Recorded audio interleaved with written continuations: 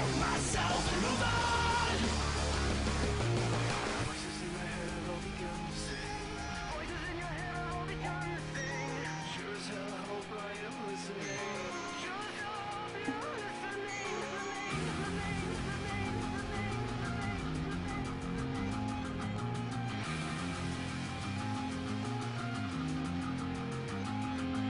It's time to take a hold of what belongs to me.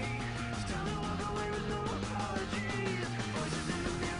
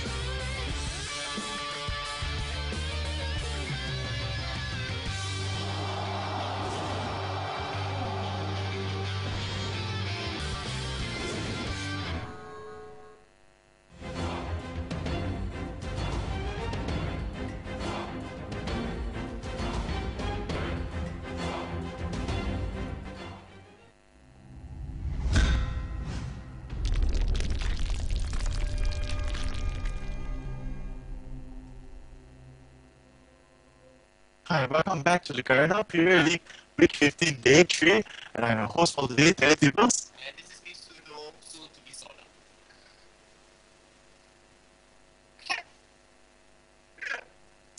So, anyway, moving on, before we reach on to that, there's all the big point for today. Before I move on to the Garena Premier League, for those of you viewers who have been watching since yesterday, you should know that between us, we have a We have a wager going on, and the wager is actually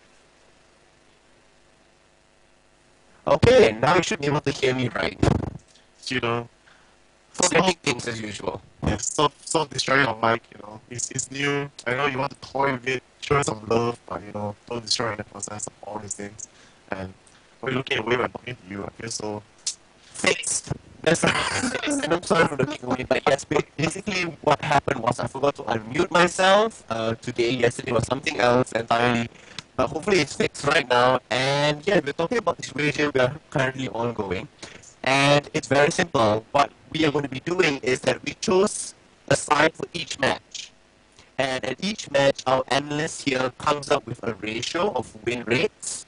And this win rate is basically what's going to determine how we're going to see things. And at the end of all of it, we're going to get points. And the loser for each week will have to do a punishment. And so basically, yes, this is what you currently see on screen right now. calling it a challenge accepted. Yeah. Both of us. So far for yesterday, you have seen it. KLH won against SGS. Thailand won the first match, so I got 3 points out of that. And for the second game, Pseudo voted for SAJ and he got 2 points out of that. The other box for PPT lost, even though I nearly won. Seemingly, it seemed that way from the beginning of the game.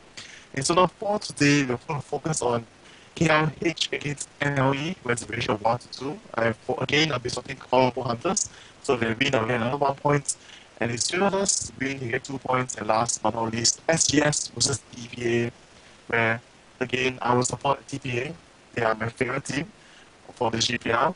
And also, Pseudo will be doing 2 points if SGS does win. The ratio is a bit different, whereas you can see for currently Singapore side, for those who have noticed, Tofu has left the team currently because he is going to national service.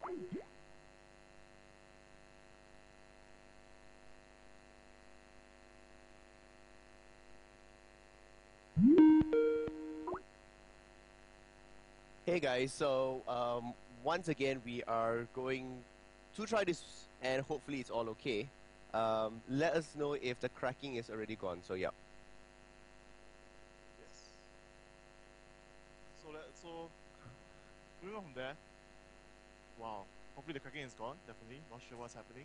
So we can see from here this week's punishment. If we end up in the draw, basically if today both sides for one side win for this today, it will become a draw and we have to do the cinnamon challenge, which is apparently a lot of people saying it's overrated, but well, we'll see how it goes. And apparently it was still very soft. So let's try this again. Are you muted? What? No, definitely not muted. It's just soft. Okay, so we're trying to kind of fix it out to see what's happening at the moment.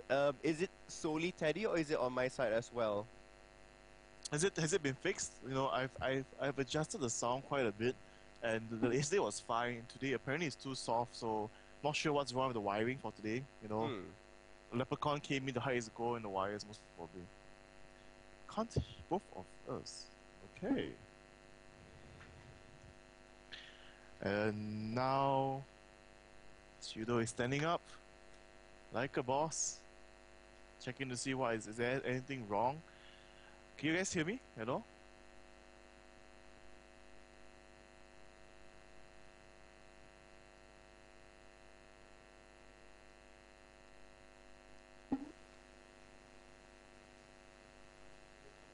Okay, so right now we've done a slight minor change and everything should sound much better and louder. If it is too loud, let us know so that we will reduce the volume.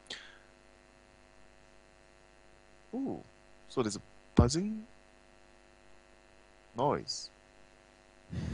Okay, so that is quite interesting, so to speak. I'm not sure what is happening overall.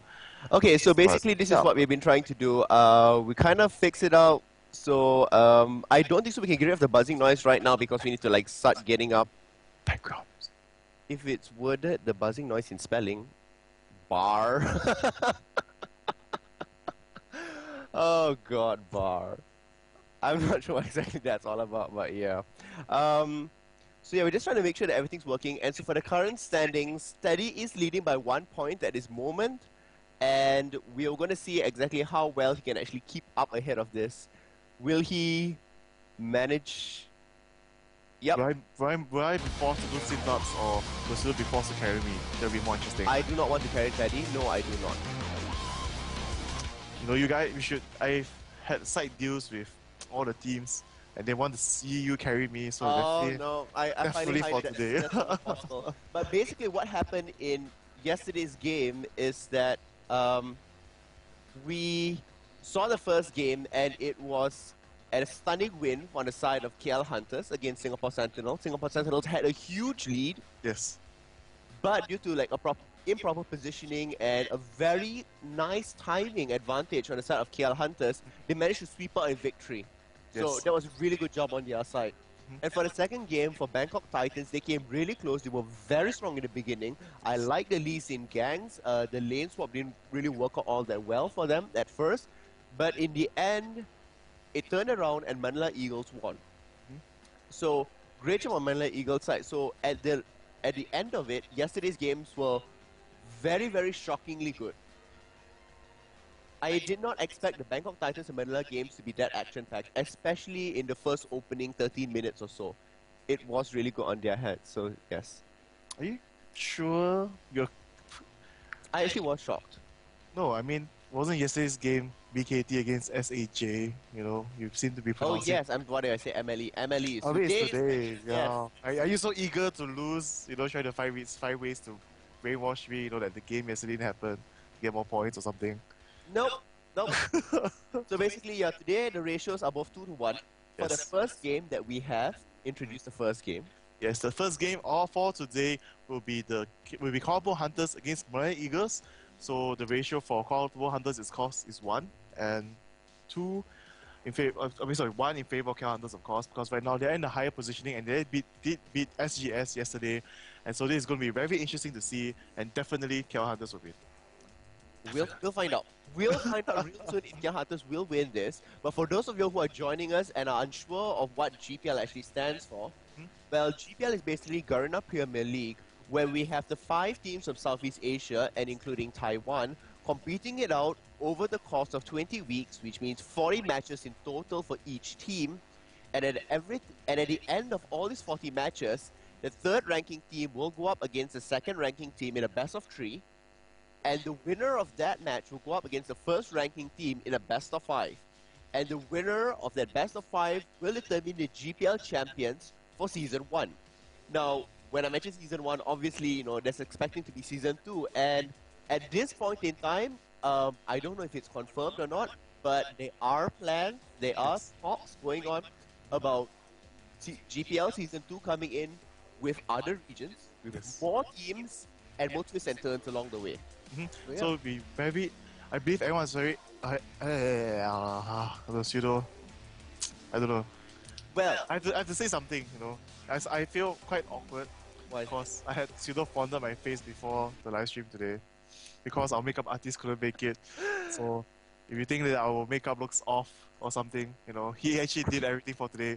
Makes me feel a bit weird. You know, my eyes are a bit painful. It is. Tired, yeah. So basically, yeah, this is what happened. I was talking to you guys on the chat before this, and something interesting happened. Yes, our makeup artist was not here. One of our staff actually does our makeup for us, and she wasn't here. And so they're only all guys in the production room at the moment. So they're only guys in the office at the moment, and somebody needed to do the makeup, and they forced me. You were the best choice. You have experience, so to speak. Apparently, I have experience putting on makeup. Or maybe it's practice for me to put on makeup for being sauna, apparently. Which apparently is like 2 or 3 likes away. But, so yes, if you look too light, too dark all of a sudden today, it's because me playing around with makeup. And Teddy felt extremely awkward putting on makeup. But coming back to the more serious matters at hand, we will be talking to you guys about GPL and the current standings of the Yes. team. So the 6 teams that are currently participating, most of them have played 28 matches already. Some of them have played 29. Is it 29 and 30? Oh, yeah, most of them have played 29, and some of them have played 30 over the course of 2 days yesterday. Now, what's going to happen today is that, and in total, we see Taipei Assassins with 27 wins and only 2 losses. An impressive ratio. Very impressive indeed. Singapore Sentinels, very high up there with 24 wins. Saigon Jokers, 16 wins. Kuala Lumpur Hunters just following behind Saigon Jokers in the 4th placing with 12 wins. Manila Eagles with 9 wins, and Bangkok Titans so far has not won again. And that's why many people are rooting for them. So yes, in total, what's happening now is that in today's matches, we see Singapore Sentinels going up against Taipei Assassins in the second game. It's going to be a clash of the Titans, really strong out there. The Singapore Sentinels could possibly come in here and sweep out everything.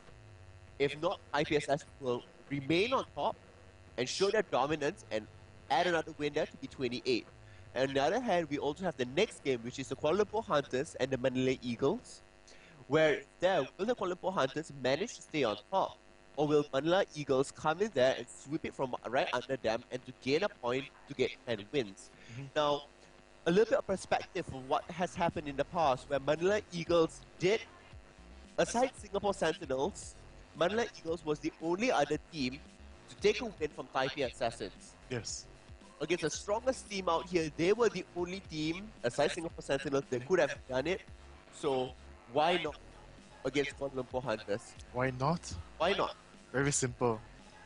Because they've been bribed so that Tower Post will win for today. You know, Kaigu and KLH, in the overall general, you know, MLE with KLH, we have very good relations. So they know about this whole plan where you're going to carry me and they're going to endorse it. So today, you will see for the first match, KLH will win.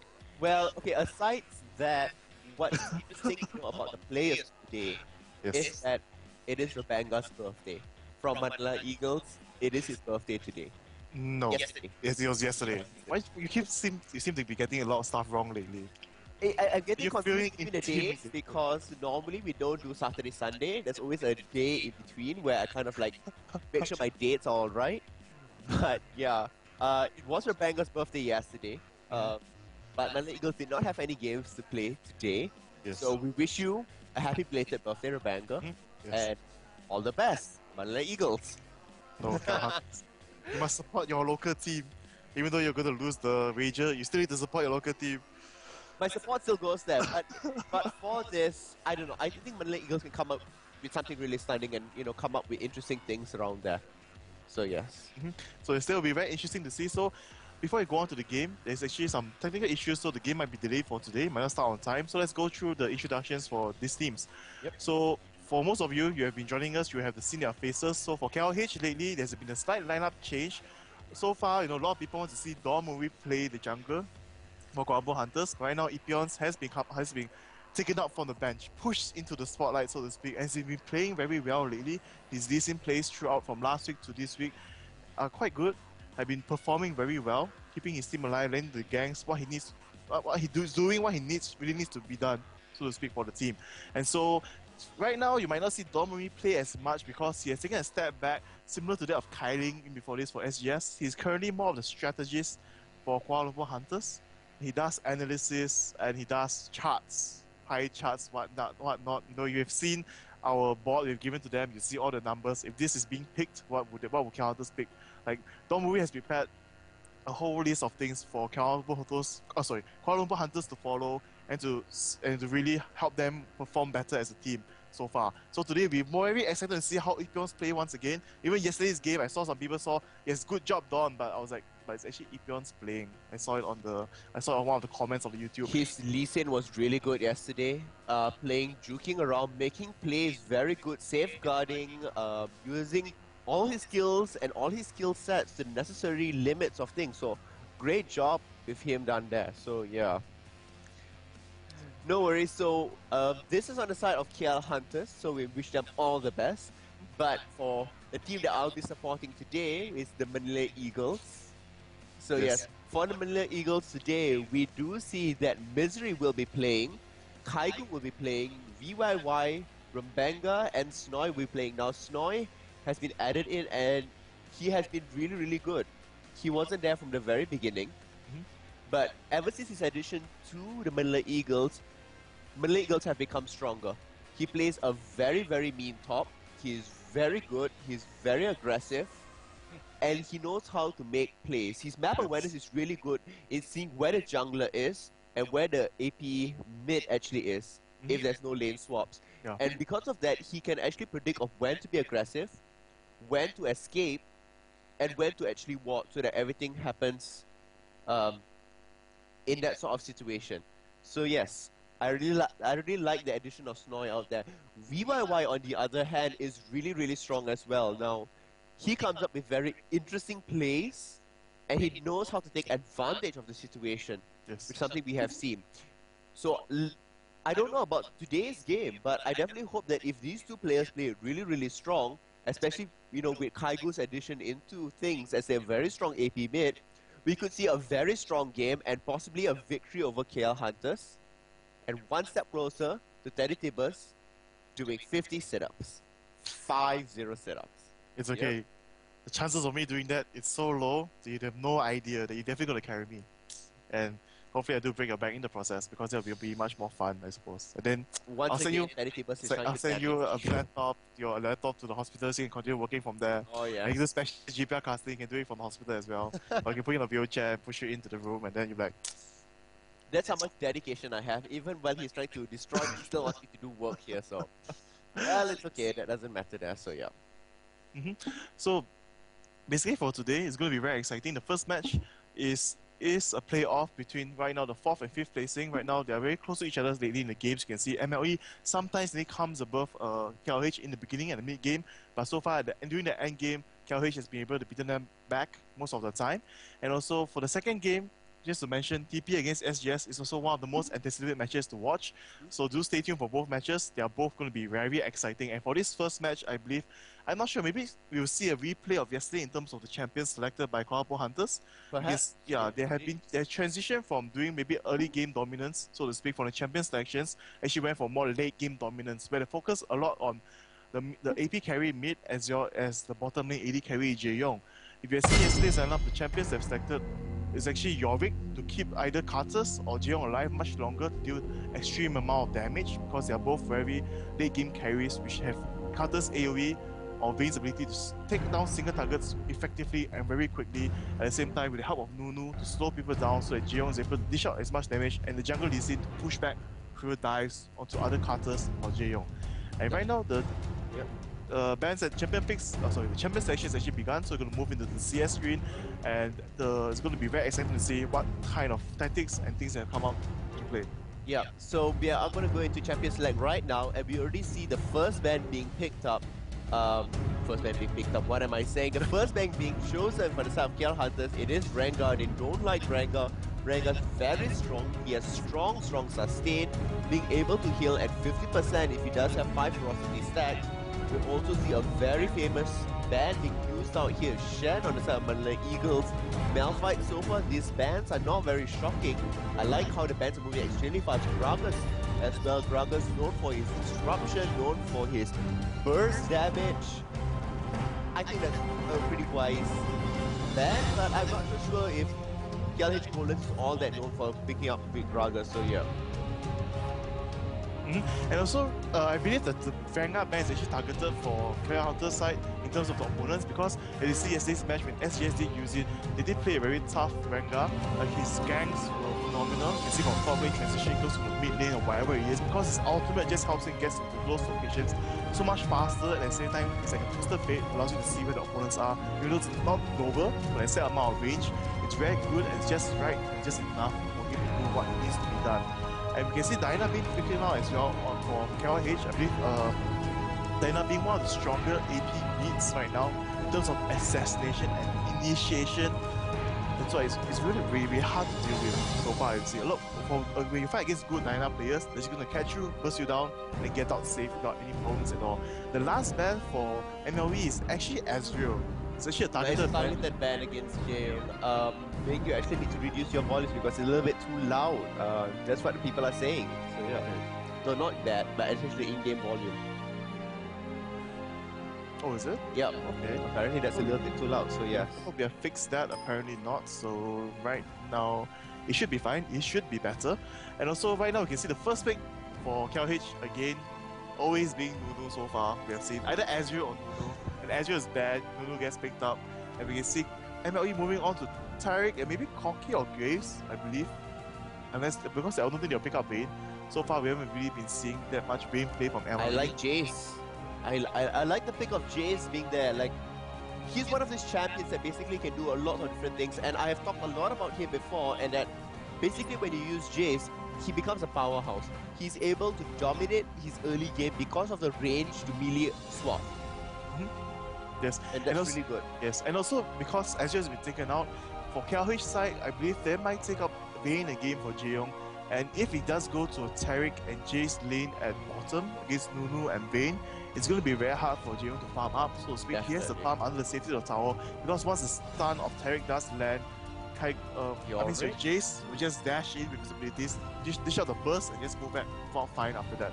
So it's going to be interesting to see how this plays out. We can see again the picks being the same from the last game for Kuala Lumpur Hunters. Lee Sin and Yorick being picked up right now. So jungler definitely Lee Sin. Yorick will be top once again. I believe they'll be giving the blue buff. Timo, look at that. Sorry to cut you off, but could we actually see Timo coming out in GPL now? We haven't seen Timo at all, have we? Possibly could be teasing us right there, but no, it looks like we'll be changed up to Severe. I like the use of Tarek. I like the stun. If there is no lane swap, Tarek can easily stun out Vayne, preventing him from doing much of anything.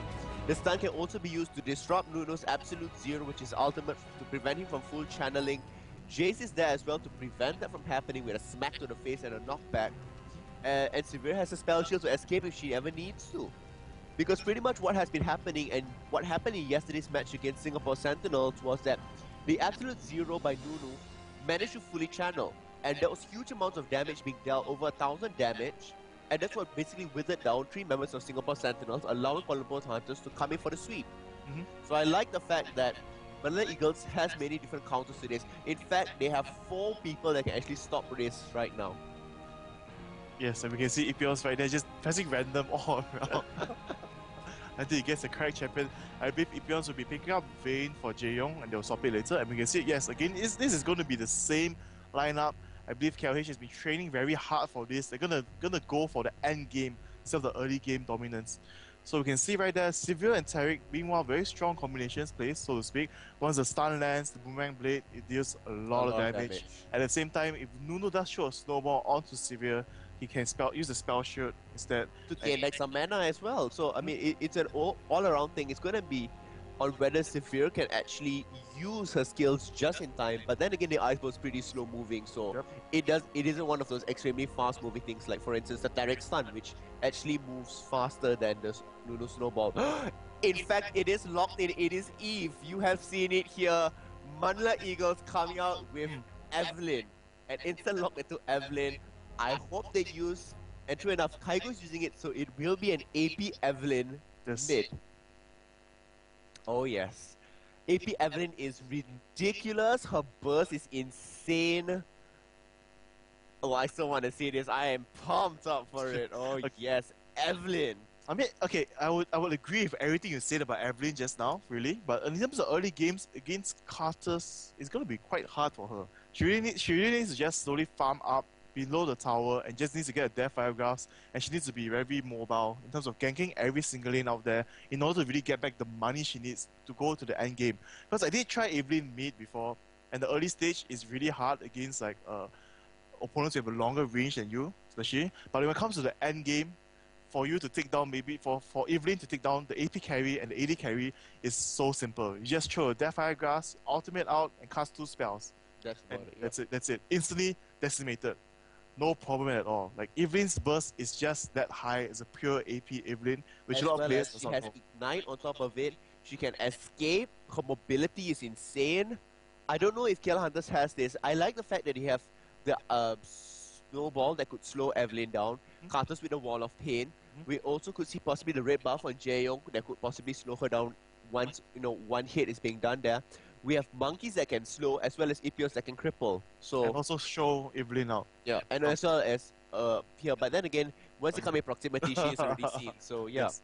So let's just take a look at Evelyn's runes. It's going to be the more interesting runes, I believe. Definitely. Maybe something very different we're going to see, and it's blank. Wow, most probably a bug. No rune page. Special. So special. Yep, and here it is. So it's going to be... Oh, okay. Could be. So we have quite magic penetration 8.5. We have 15 ability power. We have some magic resist to negate against Carters, and we have health per level. So she wants to be a little bit safe and finally go for it. 2109, nothing very much interesting there. Pretty standard for an AP caster. Yeah. Oh, actually taking... When you see the points taken, normally an AP caster, you take up the points here. At Havoc, you want to do the extra 1.5% for AP caster. She wants to get more damage onto minions. That's why the 2 extra points is actually put into Butcher, so that minions take additional damage and it becomes very much easier to farm. That is why she's not taking, or many AP players are not taking the additional ability power, but instead taking the additional attack damage, because it helps a lot in farming. And, well, I believe for KLH side, it's going to be quite standard rune sets. I've seen it so far, but one thing to really see will be second will be Jace. Jace has been played in multiple different ways by a lot of people, and here we can see there's actually a 1% critical chance on this rune page. Just being there thrown in for good measure. Well, I mean, that critical strike is, if it just lands, no matter what, it just does that much more damage for you, and it puts you at advantage actually. The lucky shot, it does become a lucky shot. Who knows? You're going to win that fight. Very simple. That is very true. that 1% additional chance could make it or break it, and you should never actually count out any sort of percentage whatsoever. Because, in total, every little thing counts. Yes. And that's what was proven yesterday in KLH versus SGS. Every little thing mattered until the very, very end. Yes. And so... I like the fact that on the side of KL Hunters, Monkeys has a teleport, where on the side of Manila Eagles, they don't actually have a teleport. So if we saw what happened yesterday, what's going to happen is that in the starting, KL Hunters will go for blue. Yes. Give it to Monkeys. Let Monkeys continue on top. Jaeyoung and Hagane will move down, collect red, and assist Lee Sin out. So they don't collect red. They just help Lee Sin collect red.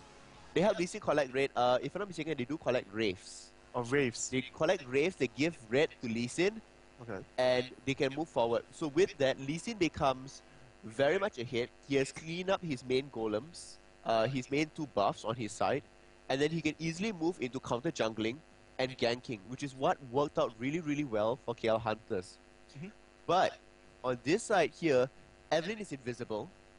Evelyn could possibly move in here, and this isn't the first time that KL Hunters has used this strategy. Yes. So Manila Eagles would have been paying attention to this yesterday. Will KL Hunters be able to pull off the same thing the second time around? That's the question we're going to be looking at today. And we are going to go into game right now, and this will be the game. Manila Eagles being supported by Pseudo versus KL Hunters supported by TeddyTibbers. Yes. Will win? We'll find out right now.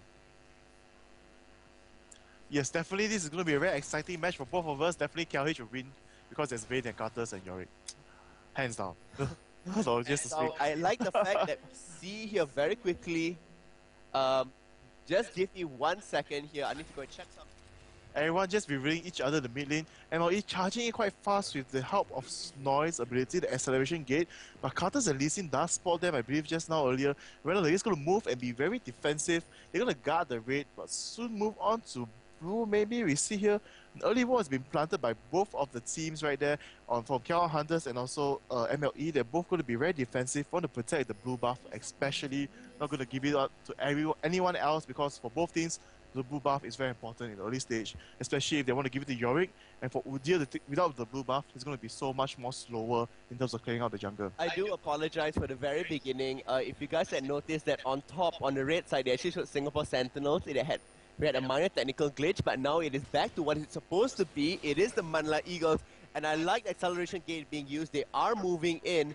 I don't know if Epions actually saw that at the side of KL Hunters, but the pings are going down, and possibly this could be a clash of the Titans. But no, KL Hunters is opting to go away into the enemy side's blue. So everybody's going to the opposite sides, and There's actually going to be a lane swap as well, I believe.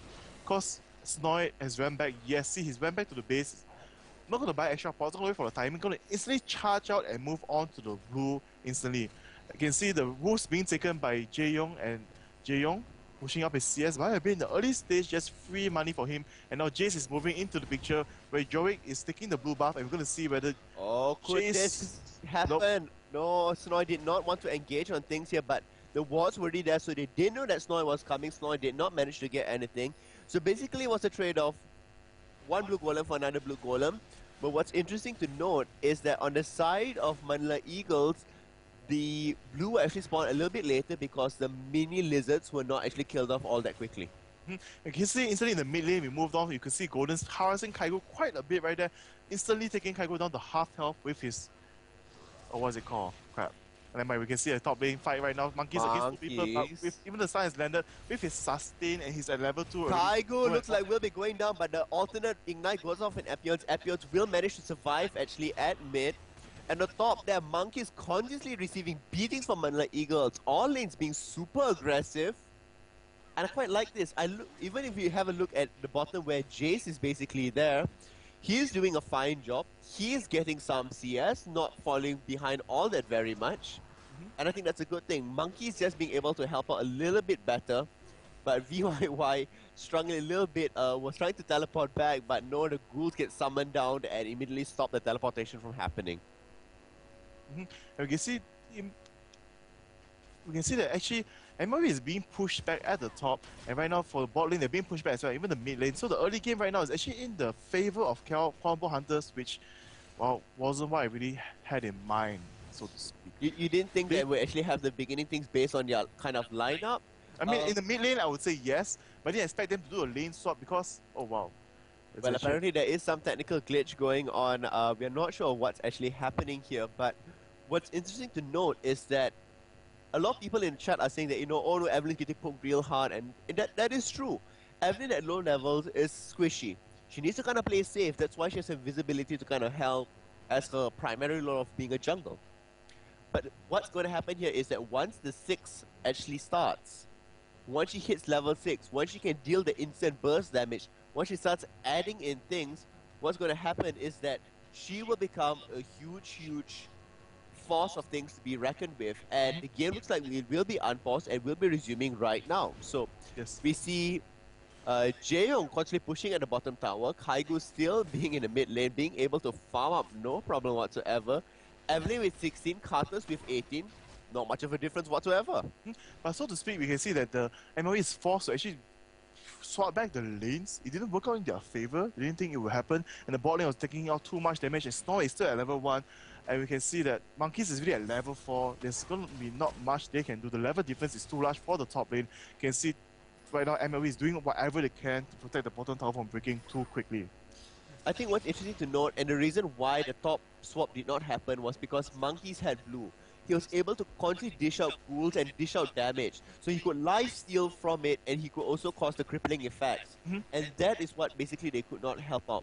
So it's a very interesting concept. Now, a lot of people have said that KLH Hunters, Monkeys is not such a good player and he causes them to lose. But look at this. The strategists came up with an interesting way how to counter this out, to assist Monkeys out. We have the jungle being cleared extremely fast, and we're giving him blue in the very beginning to start it out with, so that he's able to sustain a lane, he's able to be a force to be reckoned with. So that's a really good job there, how they came up with the sort of different aspects. Instead of making him like, normally when you play a top laner, you want to be a very strong bruiser, but instead they're making him more of the more tanky support type of bruiser, so to speak. Look at this, Hagane coming in to just throw a small little ball out there. I like the fact that KLH Hunters decided to swap it around again and force Manila Eagles to be put on the back foot here, being on a little bit unstable side. And at the same time, Severe coming up on top now, preventing them from these other lane swaps whatsoever. So we see a lot of lane swaps happening in the beginning here, possibly to just throw Manila Eagles off, but Manila Eagles immediately responding with the same thing here. Yes, but so far we can see that for this lane swap is all in the favor of Purple Hunters. Yes, indeed. I suppose maybe MLE was thinking that they would do a lane swap early. Nunu Vayne, they would be at the top. and maybe instead of them going back to the bot lane, because KLH has been changing up the strategy quite a bit, always changing up the lanes so far to try something very different. But just look at the bottom tower. Sorry to cut you off there, Teddy, but look at the bottom tower. The life is so very low. And it's kind of ridiculous to see that at 6 minutes, it is down to less than a quarter health. Mhm. And if Jaeyoung and Hagane had remained at bottom, they could have possibly taken it down already. Yes, but I think that it might not. Sometimes there's good timing, so to speak, to take down the towers. Sometimes if you take it down too fast, quickly, it does not actually come in to benefit them. That is entirely true.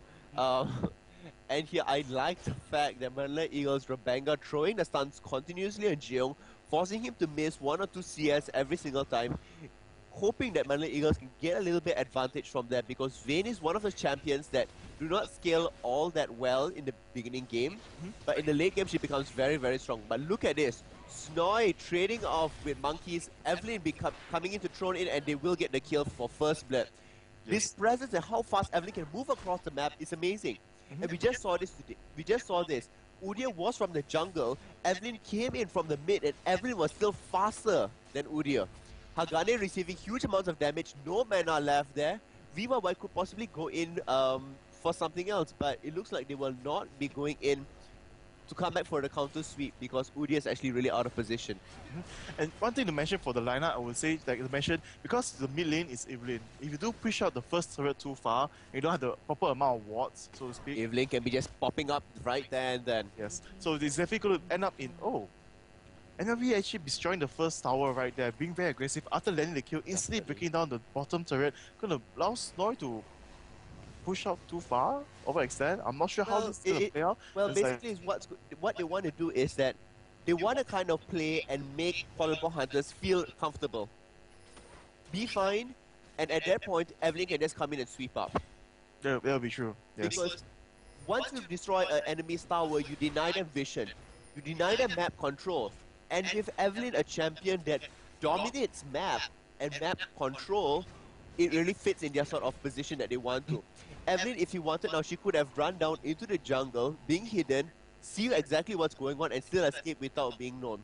Because if you look at the amount of what am I saying, the wards that Kuala Lumpur Hunters have, they don't really have all that much. And Malay Eagles immediately going for a very quick dragon here, while in the mid lane, Kaigo continuously pressuring. Pushing lane. But Goldens does know that spot that the dragon is being taken and tries to move look at the stun that's going down, and Goldens will go down bye-bye, no problem whatsoever. Jill possibly coming in, Requiem currently going on, like the spell shield going off there, and it looks like everybody will escape, not possibly anything. I like the ultimate being used there, and looks like this all will be a trade-off. Monkeys does go down, Misery actually being caught off guard there, the Condemn does go down. Snoy will be running away, Acceleration Gate does help off. Will he be able to bring down Hagane? No, he will not be able to bring down Hagane. Jaeyoung coming in, there's VYY forced to flash away. Tariq is still currently in the fray. Tariq will be possibly being brought down, being close, very close to the tower, healing himself. Jaeyoung receives 1 poke from the tower, and at the end of it, it was a 2-for-1. And Dragon was not taken, so good job on the side of KL Hunters there. Losing Goldens, because he was very in front, and he was trying to initiate things. But I like the immediate turnaround by Kuala Lumpur Hunters, and the moment's notice, we see now back Monkeys on top lane. Jaeyoung, force of flash, secondary flash go off, will Jaeyoung be able to get things? Heal does go off, and this is how the heal actually comes into play. Escaping from Evelyn's clutches, like that. Yes, Evelyn did have an ultimate up, definitely Jaeyoung will go down. And see, actually Jaeyoung, being a bit too aggressive, farming under the tower, Evelyn does flash in to get the kill onto him right there. Jaeyoung does go down there, very well played by Kaigu. And wow, I didn't expect it actually wasn't a flash. It was Evelyn's speed up that was used. No, he's flash and speed up, I believe. Because he didn't use the flash in the initial fight at the dragon just now. No, but I thought he did use the initial flash when Jaeyoung flashed away. We will check up on that in the replay, but nonetheless, very good on the side of Kaigu, securing the kill, bringing down Jaeyoung. So I like that a lot. Yes, Jaeyoung was being a bit too aggressive. Look at this gang. Monkey's gonna go down. Amanda Eagles landing all the gangs, controlling the map presence over, the water over, so in their favor in terms of what they want to see. And right now they have taken out Jaeyoung, taken out Monkeys. They want to move on to the dragon. I can see right now. Look at this, Kai going in, but will be shut down. But preventing Carters from actually farming and getting experience. Now, Carters is a late game hero. Vayne is a late game hero. And if you look at the kills here, Evelyn has 4 kills, Carter's only has 1. And in that 4 kills, he's actually in total, cumulative goal is actually ahead of Carter's. So yeah. So far, this thing is turning out into your favor, I will have to say, of what you want to see to happen. But right now, you can see Kuala Lumpur respawning, going to take down the bottom turret as well. It's going to be a 3v3 with the jungler and both AD carry and support. They're going to give out the tower because they're not sure where the opponent Carter's or wherever he could be. He could be coming for the gang because the wards just expired. You can see right now all the wards at the dragon belongs to KL Hunters, and they will move into dragon maybe. And nope, actually going to move into push mid lane, not going to be too aggressive, not going to try to secure the objective and force the fight, because right now they will be in a bad position as slight advantage in terms of overall Evelyn right now, almost completing Deathfire Grass. It's going to be so much painful for them to deal with. It's going to be the instant burst, and the instant burst is going to deal huge amounts of damage. Just look at Snow and Monkeys being trading off there. Melee to range, exactly what I was talking about earlier about Jace. I like the fact that that can be happening and that helps out a lot. But I don't know about this, where Jaeyoung and both Golans are... I believe they really want to push down the mid turret just because they want to force the dragon another fight, a team fight to happen. I mean, if they do break down the mid turret and they just fall back, they might force MLE to go for the dragon instead, and they can come out like just now. We saw how the team fight happened. Exactly. Yes, it's going to be in their favor in terms of, because even after Carter's dies, he's still be able to do all the damage, and the wall of pain is going to slow down everyone. We saw it from the team fight. Everyone was flashing away after. Yes, after it was. It is the Requiem that is really strong. It is the Defile area that's there. I like the fact that ping wards are being planted now. They want to try to secure the the dragon area, and look at that, poking away, denying all the vision out there. While Golans is taking his blue, so he will be able to spam out a little bit more. He was having a little bit of mana issues in the very beginning because he wanted to zone away Evelyn. And now that Evelyn is wandering around the map, it's a huge thing to actually see. And it looks like everybody is going to be taking Dragon. Not much that KL Hunters could do because they had no vision of the area. It was really good rewarding on the side of Manila Eagles, and I like that a lot. I like this play that Manila Eagles is doing. They're securing objectives and allowing Evelyn to roam the map pretty freely. Yes, but we shall see how this turns out, I believe, because right now they are spending a lot of the money they gain, so-called advantage, yes, on buying the pink wards and the green wards to complete the map dominance. And we can see that the kills are not going off, but they are securing the dragon, the objective. But it's just like a refund coming back to them for buying all those wards. All those wards, yes, exactly. Yeah, so I wouldn't say that Mana Eagles are that far ahead right now. No, they're only about 2k ahead at the moment, and that 1k close gap came in from the dragon already that they had. But if you look at overall farming, Jaeyoung is doing a pretty good job, 110 at the moment compared to 85. If you look at the supports, nothing much to look out there. For the mid lanes, we do see that Evelyn versus Carters is pretty much even. In terms of jungle, the Kuala Lumpur Hunters does have 20 ahead, and on top we have about a 10 CS difference, give or take, depending on the creep wave that's happened. So Yes. nothing much all that difference except for about the 30 CS difference on the AD carries, and that's what's helping Kuala Lumpur Hunters stay in this game. Because right now, if MLE do drag the game a bit too long, so to speak, it's going to be It will very not be in hard. their favor. Yeah, definitely not be in their favor. I mean, even though endgame burst is very high, she'll be able to take on, I believe, even 2 squishy champions, the AP carry and AD carry, if they stick together very, very quickly. But if that does not happen, it's going to be very hard for them to counter. We can Look see, at this, wow, Hakane instantly burst down. That was ridiculous, that's insane. And Jaeyoung exhausted here, not dealing much damage, and double kill just like that. The power of Evelyn, a Deathfire Grass immediately moving into things. That's the power of Evelyn. And a lot of people are saying, Snoy forced the flash away because they did see Epions come in. And Monkeys actually is at really high health. I'm not sure about the ward placement being there. The flash does go in, the slow does go down, but nothing able to actually being done. And mid-turret, what's happening is that Manila Eagles is pushing away, and Kuala Lumpur Hunters does have Carters there to kind of help out to destroy the minions that's actually pushing out the turret. And the same thing's happening at the bottom at the same time. So I like this whole chipping effect that they're doing, slowly bringing down the turrets to help them get away. Yeah, and so far with just a 5 kill difference as well, turrets being the same and one dragon being taken by MLE, KLH has to really make some plays to come back into this. They should need to really buy some ping wards, so to speak, to actually spot Evelyn. If they're really want from the bottom lane, we can see Jeong and Hagari getting caught, but right now we can see Golden's actually flashing in, trying to get the kill right there. Kaigo with his ultimate, getting the shield, is going to be able to take out the punishment, no problem at all. We can see right now the burst overall from Kaigo is so much more higher than from Golden so far. As Golden has opted for mana regeneration so far, not that much AP, his exactly. damage is not that high. But the thing is, what I don't quite agree what Manila Eagles just did was that Kaigo chased down Goldens, and then VYY started chasing down, I'm not sure who, I forgot who he was chasing down. They should have just focused onto Cartus and managed to actually bring him down as compared to two of them chasing down individual targets. So perhaps a little bit of a miscommunication there, but yes. And for those of you who are playing Evelyn right now, some of you do not know.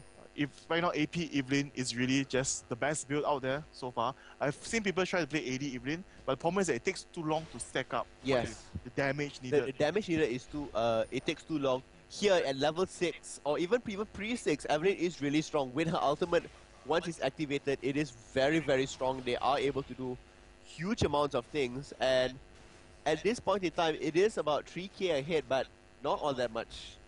3k isn't much at all. No, if 3k is on the AD carry only, then that it's is a lot. Then it's a lot.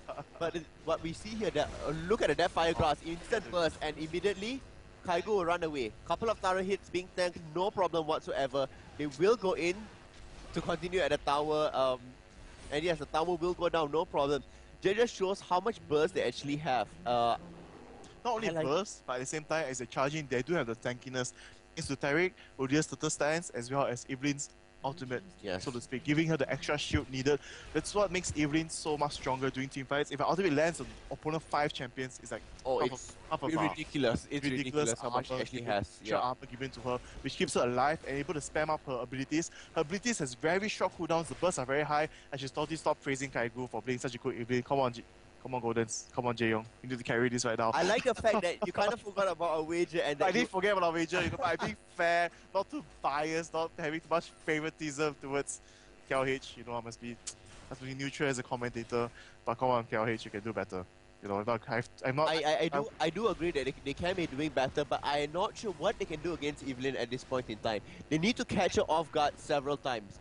But Kaigo is playing really safe. He is going with majority of wherever Manila Eagles is. And he's not actually wandering off entirely by himself. So I don't know how much that could actually come into assist on things. But one thing I would mention is actually because KLH is actually focusing more on the farming. They're actually just focusing, they see the CS, they're just going to take every single one of it, even if they die. Basically because they want to transition to late game. They want to be strong enough for late game because that's when this team works all the best. And Manila Eagles is going in for kills rather than to farm because this is what works best for the team. The mid game where Evelyn is super strong. Yes. The pings are going down now. Dragon will be coming up relatively soon. Yes. And it looks like it's going to be the clash once again.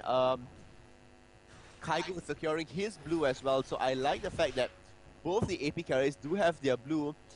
But I don't like that Monkeys is all the way on top. I know he does have his teleport up, so he can rejoin the fight. At the same time, he will be pushing away the turret. It's okay. I believe this is the plan. This is what really KLH needs, a dual speed push. That's what teleport works so much. That's what teleport is for, so to speak. Like Shan is the same thing. You get able to speed push, cause my ultimate gets you to team fights as quick as I can. And you can see the ward right there in the dragon. Yorick is not teleporting yet? Well, he will be teleporting there. Blue team, Epion's nice steal smite there. Everything will be going on. Ultimate does go off. Golden is flying back at the moment, but look, Kaigo immediately being focused on. That's what should been done. Snoy running away as well. Jaeyoung coming in to sweep up everything. I like this for the side of KL Hunters. Not so great on the side of Manila Eagles. And oh dear, the minute goes down with just that much health left. I believe Rengar did use his heal. Yes. He did use his heal, in fact. The heal kept both him and Rengar left. Can we see? Jaeyoung charging for the kill. Nice. Clearly get up right there. And if you had flash, you would have taken on Taric as well. Well, it is still 6-11. It's still in the favor of Manila Eagles. But nice might there by Epion's taking away the dragon. And then immediately now they're moving on to the first turret and second turret. Will this work in the favor of Manila KL Hunters once again? Because this is something similar to what happened yesterday, where they took out the turrets really quickly, and then he had a counter push. One thing really great about a Nunu and Vayne combo, so to speak, as an AD carry and support, is that if they stay alive, you ace your opponent, you take down opponent's turrets, inhibitors, everything very Yes. quickly. Very, Oh. very quickly. Yes. I mean, not only just for Vayne, of course, Nunu works well with other AD carries, but specifically it complements Vayne because Because of the Silver Boat's prop Yeah, when- on yeah, it's- champions, as well as additional attack speed, because she doesn't need to buy a Phantom Dancer to bring down turrets and things of that sort. so that is one of the best matchups, I would say. Second to that would be Nunu and Ezreal because of slow debuff, which is what KLH has been playing a lot before this. And right now they're actually transitioning back to Jion's favorite Vayne, so I'm really happy to see how this is playing out right now. Jion with 161 CS does have 3 kills and 1 assist as well. Is slowly building up into the Phantom Dancer really quickly. While for Severe with 1 kill and 4 assists with 144 CS, only does have the Bloodthirster, doesn't have the Seal yet at all. So Evelyn right now is the one that's getting all the money, we should say, shutting down everyone with It is. amount of AP she has. You know, I would say that she's actually more painful if she is able Oh, to chase Force of that Flash, girl. look at that. Damn it. Not a Yeah. chance. Not a chance whatsoever. The moment they spotted Hagane moving away out there, that was the end of him. Mhm. The pings did go off to indicate that what's going to be happen there, but as soon as the Death Fire Grass comes out from Evelyn and her ultimate does go off, that's the end of it. Yes, there's like more than half HP right there. If you don't have any magic resist at all, Drink water. Gone. Evelyn is going to take you down. So right now we can see Evelyn being played this match, very interesting, being played very well, landing all successful gangs. Okay, I should shut up. Anyway, moving on, no more about Evelyn. You can see right now, Hagane right now trying to be very protective of his teammates, going out a bit too far, without the proper oracles, just trying to plan wards to see whether Baron will be taken. Because right now, in the mid game, 20 minutes marks has passed, Baron can be taken at any time. And with the burst that Manla Eagles has, they can bring it down. And the same thing, Kuala Lumpur Hunters does have a lot of damage around that can actually do this. And- The flash stun does go off immediately. Hagane will go down again. Monkey's now alternatively being focused down. The ultimate does go off, actually missing things. Double kill does go off. Golden's goes off as well. Jaeyoung being focused down as well now. Will Jaeyoung actually manage to go down? Kaigu does go down into the laneways by there. And at the end of things, what's going to happen? Epios managed to dash away Resonating Strike. It is a 3-4 in favor of... All the tree. Yeah, it is a 4-3 in favor of Manila Eagles. They will be bringing down this turret as well. And at this point, they are unable to actually get Baron, so nothing much is possible there, but they will manage to get blue. So what's going to happen is that Golden does not have blue now, but he did start off with mana regeneration earlier. He did have the Catalyst into the Round of Ages now, Yes. and he does have the Chalice of Harmony, so all in favor there. He doesn't actually need all the blue that much. Definitely. And also for the team fight, if you take a close look, Ipion did a very good job of protecting Vayne. As soon as Kaigo rushed into Vayne, trying to get the kill onto her, instead he gets Dragon Rage, kicked him away, and then that helped Vayne got the two kills in that fight. Definitely wanting to keep Vayne alive here. A lot of this composition is actually built on keeping Vayne alive because we know that Jaeyoung's a very strong player. So the lashing Dragon Kick comes in from Lee Sin to could keep them away. And when they engage into team fights, Yorick's ultimate can be used on Vayne for an additional boost of damage. As well as that if Vayne does go down, if Jaeyoung's original does go down, he's able to use his ghost and to come back out and to deal more damage still. So yes, I like that. No, you shouldn't like that. It's gonna kill you. No, Gonna break your I'm bones. really confident that if this continues, if the engages continue to be like this, it will actually go to the side of Manila Eagles because look at this, Kaigo is 11 kills. He has a Rabadon's Death Cap, he has a Death Fire Grass, looks like he's going to build into a Void stuff after this, and he's going to be impossible. Almost impossible to bring down. Not really. Because Evelyn, being one of them, even though she does have a stealth, which helps her does the engagements very well, but if she gets spotted out first, Yes. and one single star lands onto her, and she's just like, boop. But that's why many of the new Evelyn players, I would expect Kaigu, if he once he finishes his Void stuff, to either build to Guardian Angels straight away after that, or immediately to Wheel of Ancients. Yes. As you're talking about, I can see MLE going to be very aggressive, going to try to take the Baron right now. Hunters out of position, they don't Yes. see this happening, and it looks like it will be a free Baron, and true enough, it will be a free Baron for the side of Manla Eagles, not even anything been spotted out here. The flight does go off, and it looks like the Pings are aware of what's exactly happening.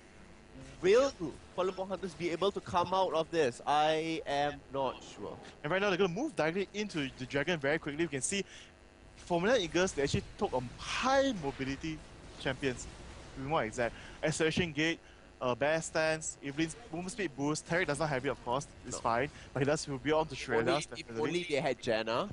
If only they have Jenna, Yep. but Jenna will not be able to do as much CC or control that is needed. That was right now what is helping get most of the kills. We saw every time Tariq land a flash stun, something dies because the fallout from the team is so quick. At the same time, we have Sever's ultimate just pushing their movement speed even more. On the hunt.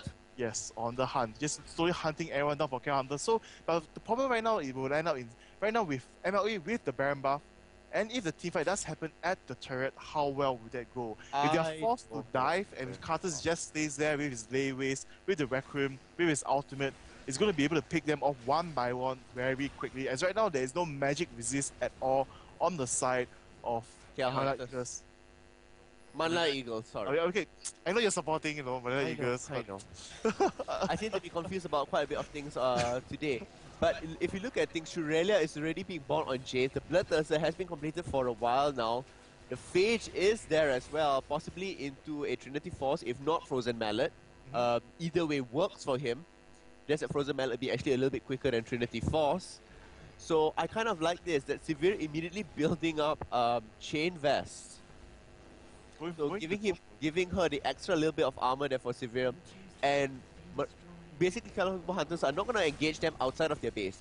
They want to get into that choke there so that possibly Carters could come in there, and Carters could end up, turning on his defense. Look at Jailme bursted immediately. The secondary stun does go off.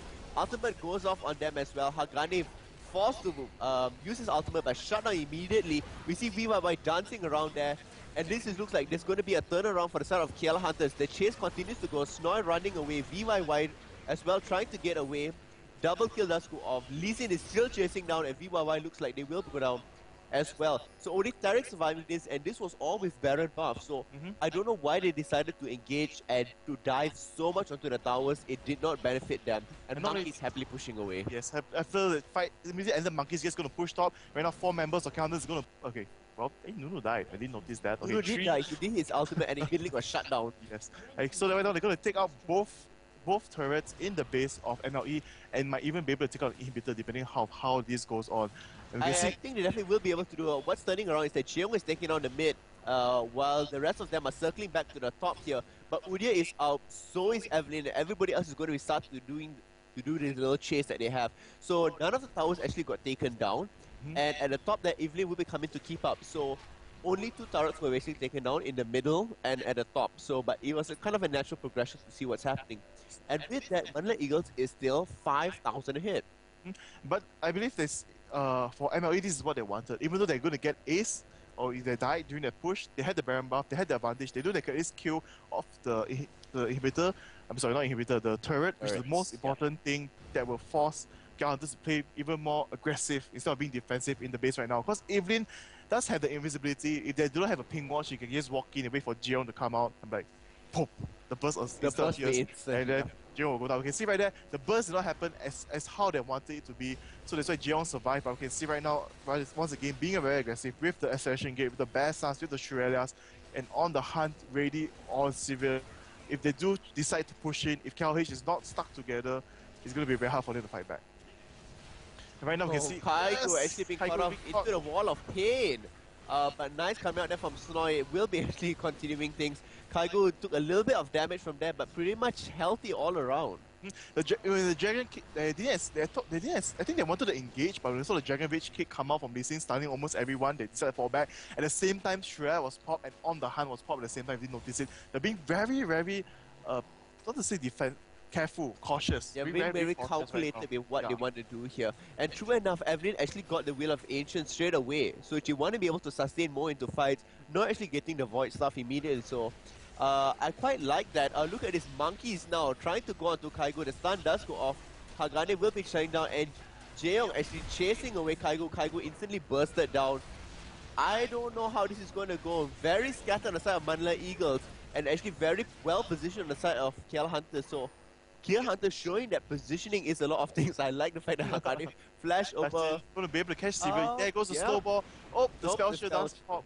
And she's going to be safe. But right now, KL Hunters, 5 members alive, is going to have no problem pushing it against the Sivir and the Taiwan. You can see, wow, Ipion's being very aggressive. Going to slow them back from falling back. Not going to allow them to recall at all. Going to keep their health at that level. And we can see Jeong coming in for the kill. Even though the exhaust is onto him, the silver boat's proccing. It's just to be enough with the blood boy, everything. And there goes the ace for Carbo Hunters. Yes, once again, it's going to be another comeback. The kills are 18 to 18. We can see right now, going to take down the turret as well as the inhibitor, and they're going to fall back after this and going to prep for Baron, which will be out in 2 minutes. And Dragon will be out in 1 more minute. So this is going to be very, very, very fun for me. I'm going to get carried. 20 seconds of fate. For you, maybe if you break your back. Yes, yes and no. It kind of depends on what happens in the next game, because even if you do win this one, It's okay, TPA will win. see that's the thing. We're not sure. I'm definitely not sure, but I like to think that way. So right now, reaching the 30 part of the game, slowly moving to the late game, and this is where Cal Hunters wanted to be.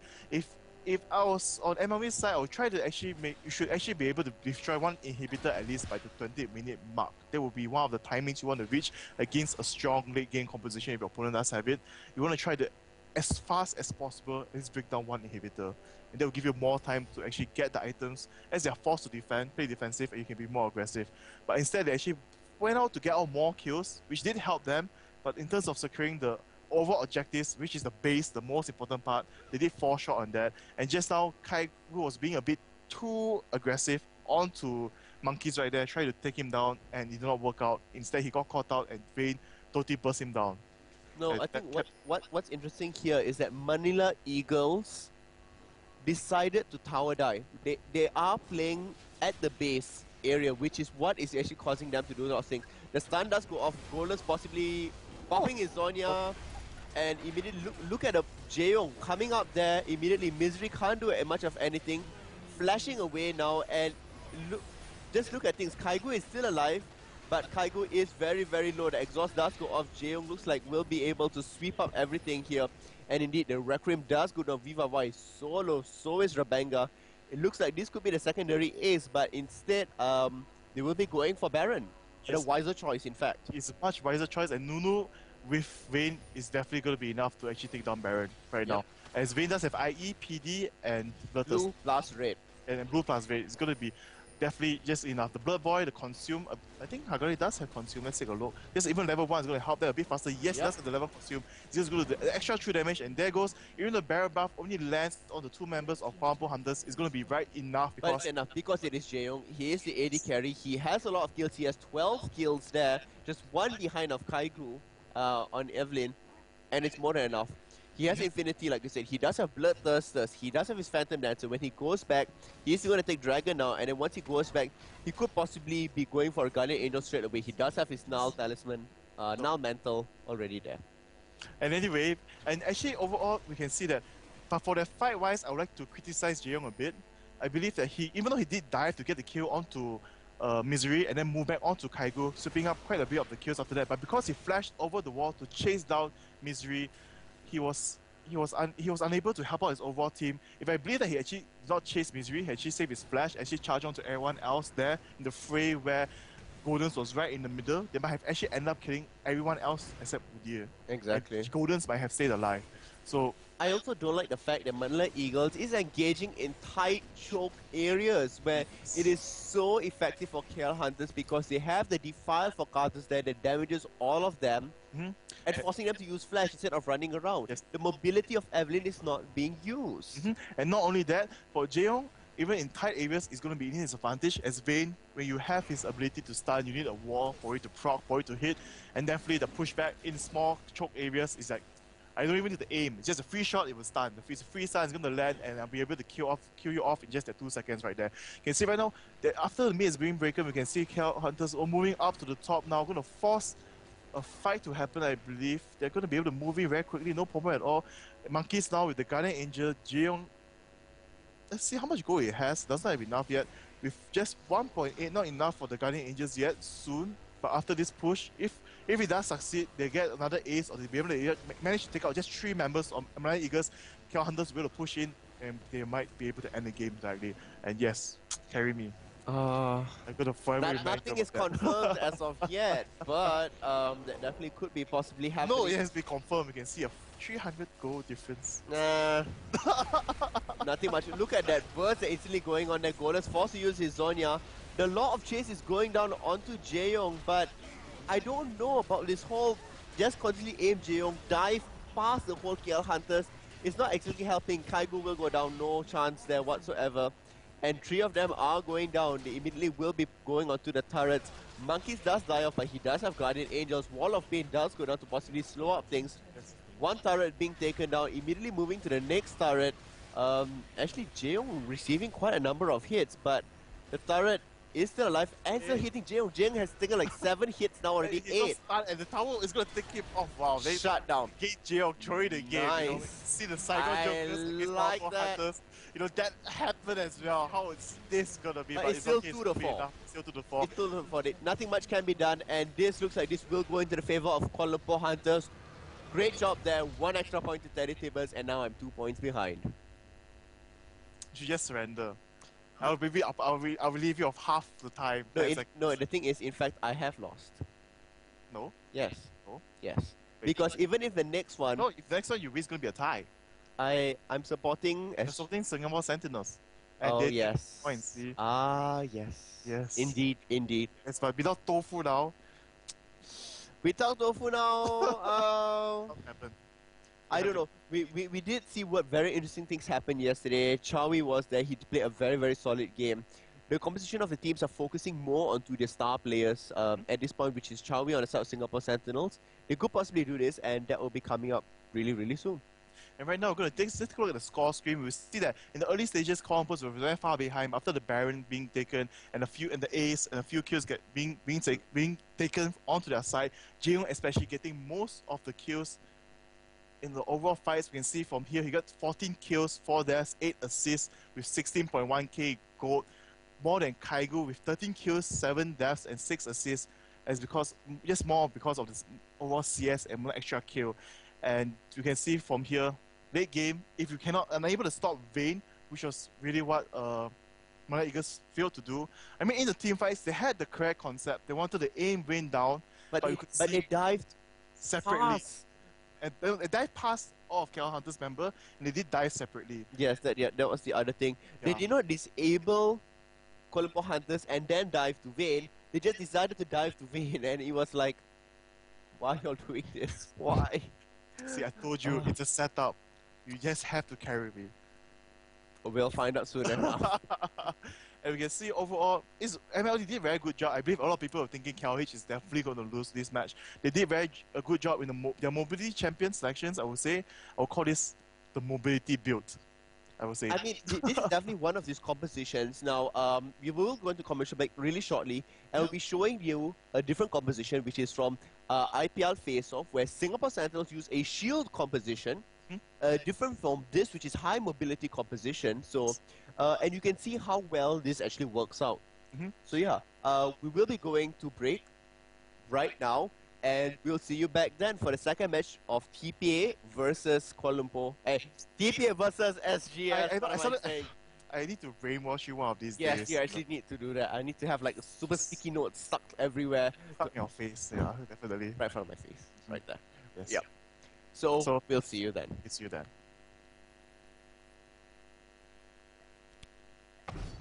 And this was in fact the video that I was talking about, where they will be explaining the shield compositions. And this is Hatperson, one of the casters from North America. His casting name is Hatperson, and he indeed is very knowledgeable about things. So yeah, take it and watch. Except for Except the IPL videos where he acts as the funny guy. ridiculous person, yeah. So today's lesson, shield composition. Let us be good students and listen.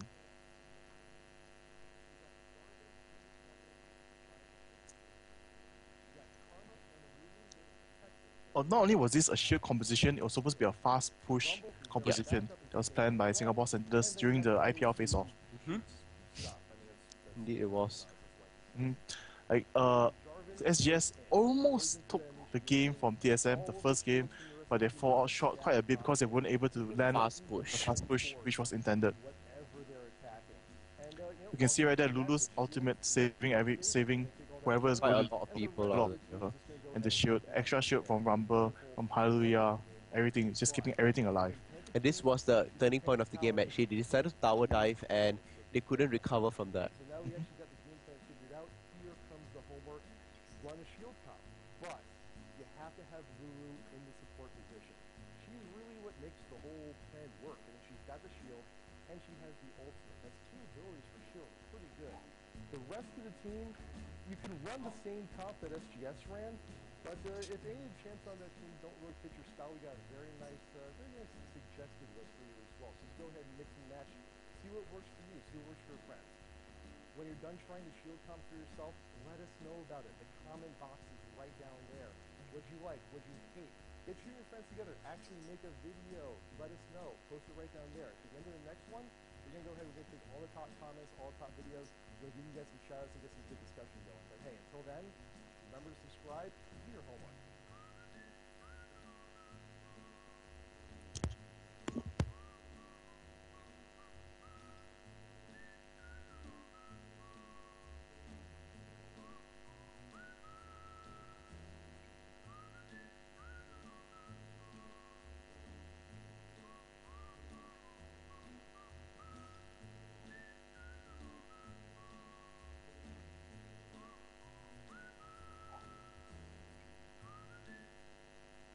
Apparently, I see a statement that Teddy can be a teddy bear and Pseudo be a Sona. So You want me to be Sona? yes, we'll have to give fake food.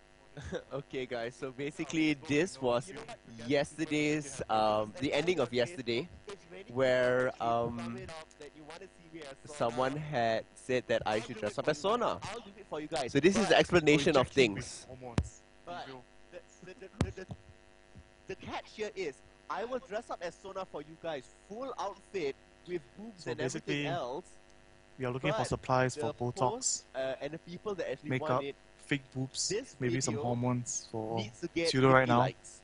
This YouTube It's going to be video so fun. needs Or to someone get 50 would likes. would If like the to 50 donate their likes is hair as not well. there, There'll be much outfit much by obliged. I'd like to Monday, accept it. everything else, And right I now, will on the have video it itself, we already have 52 Yeah. likes. So yes, for next month, during the Halloween season, somehow I will make Pseudo become Video that's currently going on. boobalicious, likes. I We have suppose. 45 One way more to put it. go. And if it reaches 50 Yeah, likes, so looks like I will be Sona for Halloween. I'll And dress this- up as Sona for you Please guys. choose the skin as well. 50 And likes then on the choose the skin as well. I'll do that as Pentakill, well. Evil Kid, yes, Oh, they will wow. Pseudo. You know, he's black and dark, not black, but dark And enough if in it terms of reaches skin color. 45 to go, boobs included, whole Botox costume for dressed Botox. up, Botox included as well. Everything will be there. I will have long, luscious hair, and I'll play. Yes, I'll do that for you guys. 50. The challenge is out there. It will be recorded on the VOD. So yes, 50 likes. Oh, actually, we're back live. Oh, we are. Oh, this is, Yes. I didn't even notice the difference. We were just there, like, you know, Okay, so talking about basically what we're going to do boobs. is we're going to do an Ask Me Anything. So MA for Malaysian side. So we're gonna do boobs, boobs on Pseudo. How will it look like? Do you want pumpkins, watermelons, cannonballs? What would you like to see inserted into this shirt? So to speak. So yeah, basically, you guys need to let me know what skin you want me to be dressed up as. So it has reached 50. I should have set the bar higher actually. So they should have. But yeah, so I shall be Sona for Halloween. So that will be happening in a couple of weeks' time. Let me know what skin you want to do. And Say my name. no, why? Hopefully SGS doesn't throw game. I wouldn't say that SGS threw the game yesterday, because yesterday they did. It was hindsight. Would you say hindsight? Will hindsight be the correct word to use? Yeah, in hindsight, yeah. In hindsight, it was their fault. Like, they thought they could take the Baron without any problems at all, because they did take out 2 members from KL Hunters. But then they don't expect, but then at the same time when you're doing Baron, all of you are in the same area, and then if you actually saw what happened, Monkeys went in first to push Alistar away. He was taken too low from taking too much balance hits because they wanted to kill him as fast as possible. Exactly. So they couldn't do the smite. And then later on, when Carters came in, he just instantly got the kills and just slowly burst everyone down. And then with his Requiem, I believe he got the Baron just like that and just got the Quadra kill. It's actually good coordination from Counter's side because they took that as advantage. Most people have fallen back. They say, this is a lost cause. We shouldn't go in at all. You know, but Counter's, they saw that there was a chance for them instead. And they took the chance. Yes. And they made it extremely decisive to take on that chance. I like the fact that Rainbow's actually going to georgeplasticsurgery.com where anything can be done for myself. For Sona there, people are saying I should either be Muse Sona or Arcade Sona. I think Muse will be much more interesting because he looks like he's in a wedding gown. It's white, and he does have. And I have to have like blonde hair. And, blonde hair, yeah, blonde hair. Oh wow! Oh, that'd be so much more. And somehow we're forcing to be floating in the air, and then you will see a clip of him walking down the hallway of Garena. People are saying Arcade Sona because it's the easiest to pull off. The Arcade Sona wears a like her whole midriff is like open. Like, do you really guys want to see like my non-existent abs that should not show on air? So yeah, Muse Sona because he has an open back dress. Oh god, if people are staring too much at Sona. But yeah. You have created everyone to have a Sona fetish just because of what you mentioned yesterday. It's your own fault. So you can no longer hold her for your own. You must share it out to everyone, and you do so by... You mean I should share sharing. myself to everyone? Yeah. Oh, wow, that's so dangerous. It's so dangerous to see what actually being done here. So yeah. Just get ready to get Sona. boots, long hair. What type of Sona do you want to see me as? You don't look like Sona. We have okay, but the thing is, I have obviously I do not look like Sona. It'd be kind of ridiculous if I did look like Sona. I suppose you want to be more towards. You could either be Muse or you could either be Guqing because you are Eurasian. So Europe's side history, so to speak, is Muse, and then more. So we have like side, blonde hair, you could Gucci. do both, you know, half and half, you know. Oh my god! Side, and you have half. that side is a blonde hair, and the other side you have that. What do you call that? The hairstyle, you know, the ball of hair, the long hair, like Sailor Moon. I don't know, because you have a solar fetish, you might know what it's called, the hairstyle. People are saying you sound like a pimp. I sound like a pimp. You're going to try and sell me off. Oh wow! Pseudo, the man lady of the day. You mean I'm like the lady boy of the day? I'm not sure. So I need to sell you off, you know. I need to make you somewhere, you know. You could appeal to the gay people, so you're the man. But if I serve the gay community, I serve the transgender community, I serve the gaming community, and I serve Teddy's secret fetish of seeing me in a dress. No, I don't want to see the dress. But I like, yeah. But I would like to see how I crush your bones. Maybe more of a S&M, I would say. You know? I see. You Proves want it. to put it that way? Proves it right there. Okay, so- fetish. This is going out of This is going out of context here. So we are back from break. And do we have any news for them today? Yes, definitely. We still do. For those of you who do not know, the Proving Grounds offline actually happened today to see who were the top teams that will go into the Garena to play in the Garena Carnival.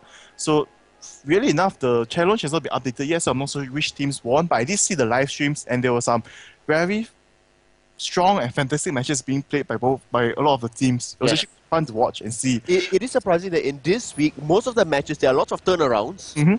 It reaches a point where the other teams realize that the composition is not working longer for them. They have a chance and they take the chance. So I like that fact that the teams are becoming very calculative when it comes to taking chances. They are not adverse to taking risks. Yes. And they're realizing that, you know what, when it comes to my time to shine, they're going to shine so bright that we blind out everybody else. I really like that from all the teams that's happening this week. As it is approaching relatively the end of GPL soon. So I like that. The risk being taken. And not just passive. You taking the risk of just out a Sona. I was like, when you said 50 likes yesterday, I'm like thinking, that's just too little. You're definitely going to become Sona in my head already. Anyway, moving on from this, we also have the Keep Calm and Be Nice campaign, which you get to earn RP and win skins. Some amount of you people have been winning RP. They've been asking me where did this vendor RP come from. So for those of you that do not know, it's ending today. This is the last day, and if you play at least 30 normal games and receive 5 reports of viewer, you receive 20 RP per summoner, and also we'll be giving out 300 Vancouver's Amumu skins, which is not for sale for those who complete this event. So for those of you who have completed this event, which is 95% of the community, well, all of you will stand a chance to win this fantastic Vancouver skin, which maybe one day I'll showcase to you guys. I think maybe we could possibly do that on if we do our own live streams. We shall see. We shall see, we shall see how we can do that. But in the meanwhile, just to cut you off there, someone of us did actually ask us, what about the tournament we had talked about in last week? It was coming in for October. Well, it's not yet October. It's not October yet, but in the first week of October, information about it will be released. Okay, let's put it this way. Okay, It's Halloween themed. Yes, it is Halloween themed. It is. And at the same time, one more hint would be, it does use Proving Ground map, but it will be done in a very special fashion, so to speak. Not conventional. It's a style that has not been done. Yes, so far for our side, I would say. So for our server and the Southeast Asian servers, there has not been a tournament of this kind before. I believe so, but I haven't really checking about other regions has been doing so. I will not want to agree with you, just in case. Just in case. Okay, as far as we know, the other regions have not had a tournament similar to this, so it's going to be pretty interesting to see what happens out there. So, yep, it will be on the first week of October, which is actually the following week, and you will get to see it all there. So maybe by next week we will have some information more to tell you guys, but we'll see how it goes from there. Definitely. Yep. So do stay tuned. It's gonna be a online tournament, so anyone from anywhere will be able to join. So do not worry about that. And so moving on today's game, second game. Yes, this is gonna be the game where I get to definitely make him carry me. Maybe we should do a preview later when if TPA reads, you know. So today's match today's GPL Week 15 match and Day 3 Game 2 is gonna be SGS against TPA. SGS is going to have first pick and first ban, so we're going to see how well they utilize this. As now, they do not have Tofu playing for them in the top lane, which is one of the most fearsome players for GPL. I would say a lot of people say that Tofu's top lane is one of the best out there. And I do agree with his abilities to hold top very well. And we're going to see how well they perform now with Hallelujah at top, Ikuyoka as AD carry, Darkness as the support, Chawi as the mid AP, and Hallelujah as the top bruiser. So it's going to be very interesting to see. So just give you a brief lineup to see their faces. I believe, you know, most of you have seen SGS, and I suppose a lot of people say they have, well, other than TPA they have Toys, which is the most handsome one among all players so far, I would say, in GPL. But Singapore Centers as well, most of them do have the pretty boy look, I would say. And while my people behind the scenes are not working well on me, they do not understand what I'm saying. Apparently, I'm not talking English, I'm talking some fantastic, impossible to understand English, so where is the overlay where I can see the beautiful faces of Singapore Sentinel? So yeah, on the side of Singapore Sentinels, what we do see is that we do not have Tofu no longer with them because he has gone for national service training. That's why he was not playing yesterday. And today as well, he will not be playing. So the lineup for Singapore Sentinels is Kylie, the strategist, will be playing. Equivocal will be playing as well with Darkness, with Chawi, and with Hallelujah. So I'm pretty sure it's going to be centered around Chawi once again. And for the side of TPA, it will be BB, Mistake, Toys, Lil Balls, and Stanley playing. So with Stanley not being there and with Stanley being there and Tofu not being there, will Stanley dominate and crush the top lane? Yes. This is something we'll find out. We'll find out right here. So we have gone into the bans and picks, so we will be looking at what's actually happening. Very fast bans. Shen being banned out immediately. Ezreal being picked out as well. Morgana, Olaf, and Malphite being picked out. So I need to cut you off first. Can you please move in the champion selection screen? I believe they're dozing off behind the scenes. They're just sleeping right there. Not sure what's happening at all. And yes, thank you so much. So right now, it's all the bans that have been mentioned by Pseudo just now. Shen and Ezreal being taken out very easily. Morgana, Malphite, and Olaf following after that. And now the last ban for TPA being chosen very slowly. So one of the things that lately the people want to ban Ezreal is because they believe that he is the best AD carry in the early stages to mid-game. He can really carry off the team in terms of poking, juking, escaping, and at the same time debuffing the opponents. Yeah, so basically what's happening is that the first pick actually being Nunu once again. Nunu is actually really favorite out there. Looks like possibly it could be a support Nunu or it could be a jungle Nunu. I like Rengar. Rengar being very strong here. Was originally denied the first time around and was banned out. But we do know that Taipei Assassins do have a very, very strong Rengar and they know how to use him really, really well. We did see them use Rengar in the week before. I mean, yes, we did see it, but Yeah. I'm more interested to see how it's played this time, so to speak. Like whether it's gonna be an AD, AP, tank, and yes, I'm playing with pencils. Thank you. Oh. If anyone Not even playing pencils, but trying yeah. to attract your attention. Anyway, so we can see that SGS actually taking out Vayne and Blitzcrank instantly, so it's gonna be a Blitzcrank jungle, in my opinion, and Vayne and or maybe it could even yeah. Why do you think that? Have you not seen Blitzcrank jungle in the past? I mean, in the past, in the very beginning of Season 2, Blitz Yes. was used as a jungler. I don't believe that will be happening. I do think so that Blitz be used as a setup for Vayne to aim a condemn straight into the wall. So Blitz will stand in the bush, have a grab come out, and Vayne will stand at a 90-degree angle and condemn straight into the wall. Coming up with a double sort of stun there, so yeah. Yes, but more interestingly, if you have been watching, I forgot what was it called? The last week, TPA actually played against LG in one of the competitions, and they actually end up losing quite badly. And the main reason did they lose quite lost badly. is because of Blitzcrank. Because yes, the that's right. disruption from Blitzcrank was so heavy That is towards strong. them, was so strong, it totally dragged out the AP carry or AD carry out of the team and just totally burst them down, and then TPA couldn't respond, couldn't react to it at all. So we're going to see maybe SGS saw this and they had this thing planned out against TPA, and we see how will this play off. And we can see Toys right now picking up Severe and Tarek, the lineup. So Severe is a partial counter to Blitz because her spell shield will be able to negate the hook and instead get back mana. So we're going to see how this plays out, and Chawi I like that we're seeing Severe and Tarek once again coming up there. Their combination is actually really strong. What they have there. I like the Orianna presence there as well. Chawi plays a mean Orianna, but Chawi will not be playing Orianna. It will be on Taipei Assassin's side this time. Chawi instead playing with Veigar, and we know that Chawi is a huge farmer. He farms ridiculously well, and with Veigar there, the longer he's allowed to farm, the more AP he will get. Yes. And Now- it's going to be devastating if he reaches a late game stage. Instant burst. Yes, definitely. But I'll give him more credit for being a playmaker as well as getting the kills and getting the job done when it's needed, especially during the team fights. As you can see right now, Chawi is sticking to the teleport flash combination. If it happens like just like Lux, it's going to make him so much more powerful. Oh, Just definitely. getting the kills Definitely in for 5 sure. AP, 5 AP just so he's stacking up. It's going to be quite impossible to stop Veigar from bursting someone down unless you get Banshee's View. So you're going to see how this turns out. As the lineup for Singapore Centers is something very different, something I am not accustomed to see them playing, so to speak. We can see that I have a feeling, sorry to cut you Okay. off there, that Chawi is using Magic Pen runes. He wants to instant burst someone out.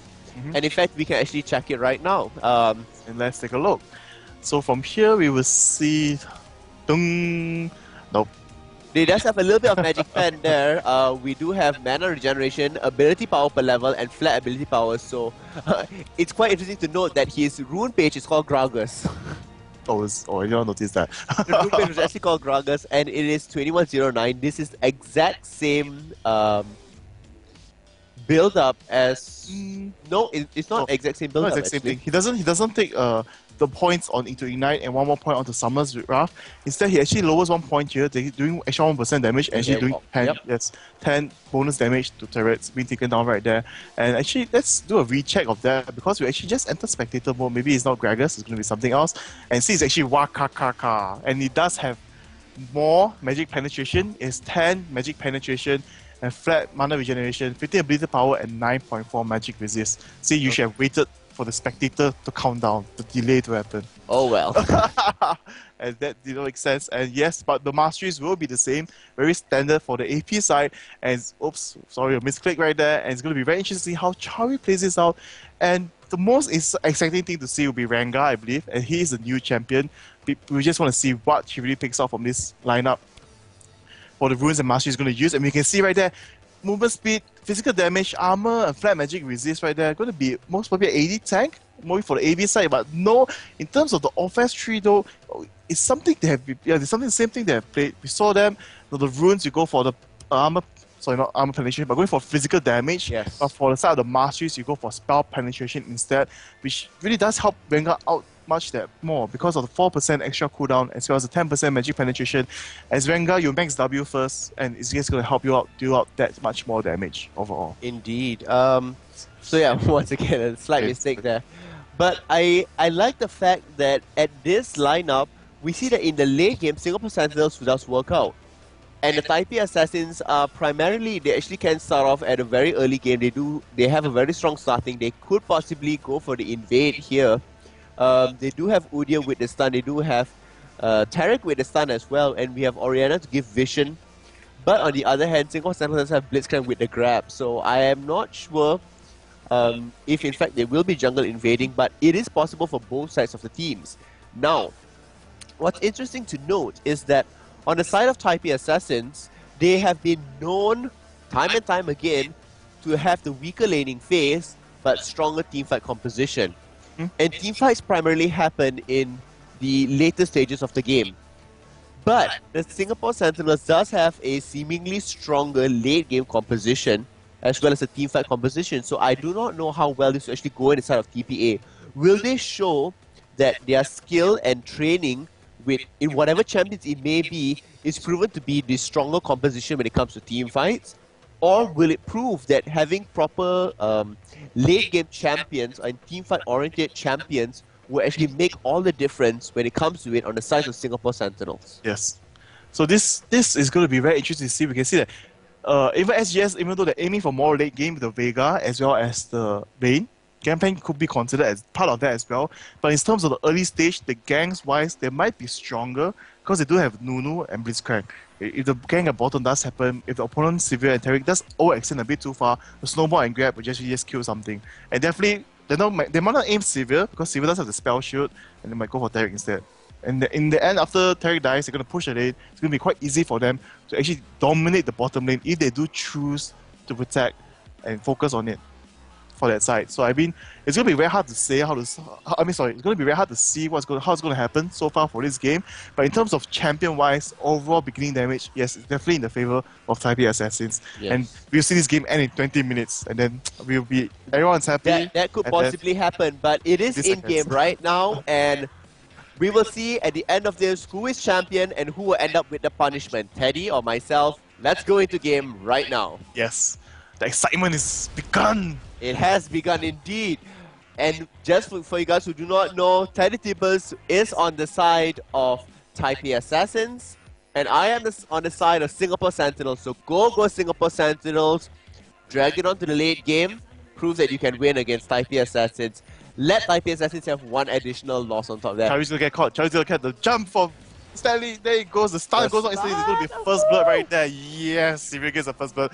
Instant advantage to Severe right there. Extra door blaze and the invade just happened. It's gonna happen right now. The jump goes on there. Look, see, just the king of the brush right now has changed title from Garen into Rengar right now. Actually, I would say, especially hiding in the jungle. Oh, that is true. That is very, very true. And we can see right now, this because TP actually going to be passive right now. After scoring the first bird, they plant the ward for the invasion. If they do see Nunu go for the blue, I believe that they will go off for the smite still. We can see, I believe, Udia actually going to take the Wraiths, then on to his raid, then find the blue buff of the opponents. So we're going to see how well this plays off as SGS is now taking more defensive stance, where we see here Vega and Nunu right here going to clear up from this area instead of moving on to the Wraiths, and blue going to be safe, and it's going to be Vayne going to not take the golems, I believe, going to help Nunu much more because he doesn't have his blue buff. Going to dish out much more damage at the camps, going to help him out. And here we see Udyr being Udyr, one of the faster jungle clearers. Not sure why he keeps falling back a bit too fast. And we can see Toys taking out tons of damage right there. And we can see the strategy right now being played by Toys is that they're actually going to give the blue buff to Toys, and Udyr is going to steal the opponent blue right there. So at the early stage itself already, TPA is going to have 2 blue buffs. And it's going to be really, really strong. I actually quite like this fact. And in fact, they have secured both of the blue buffs. It was because of the early ward placement being there. So at this stage, they have a huge advantage. Taipei Assassins and Singapore Sentinels. So I like the fact that Severe and Tarek is in the mid, going to give Chobby a little bit more tough time to come back with things. But we do know that Chobby is able to do this, and we could possibly see a counter lane swap again. So we're going to see how well this plays off. Blitzcrank against Vayne. Blitzcrank with Vayne against Toys, but actually Blitzcrank has opted to stay in mid instead, protecting Chowie. So it's going to be a Vayne against Oriana at bot. Indeed, it is going to be Vayne versus Oriana.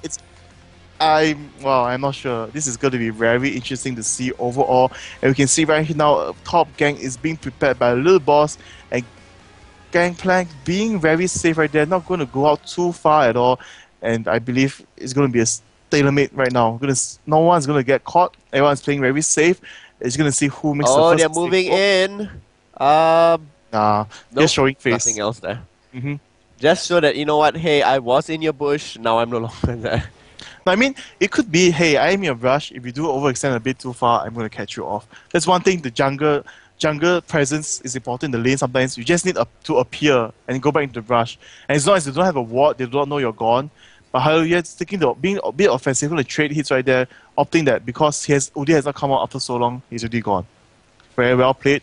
But right now we can see Kyling and trying to gang bottom, but it did not happen right there. It's going to be very interesting to see how this moves off. So let me move the icons to match it a bit easier to see the CS. Oh, the grab does go down. I right like that. But the spell shield does go off at the same time, allowing BB to run around within the whole, I forgot what's that thing called. But yes, Chowie is forced really, really low. So at this point in time, we already see a close to 1,000 difference already.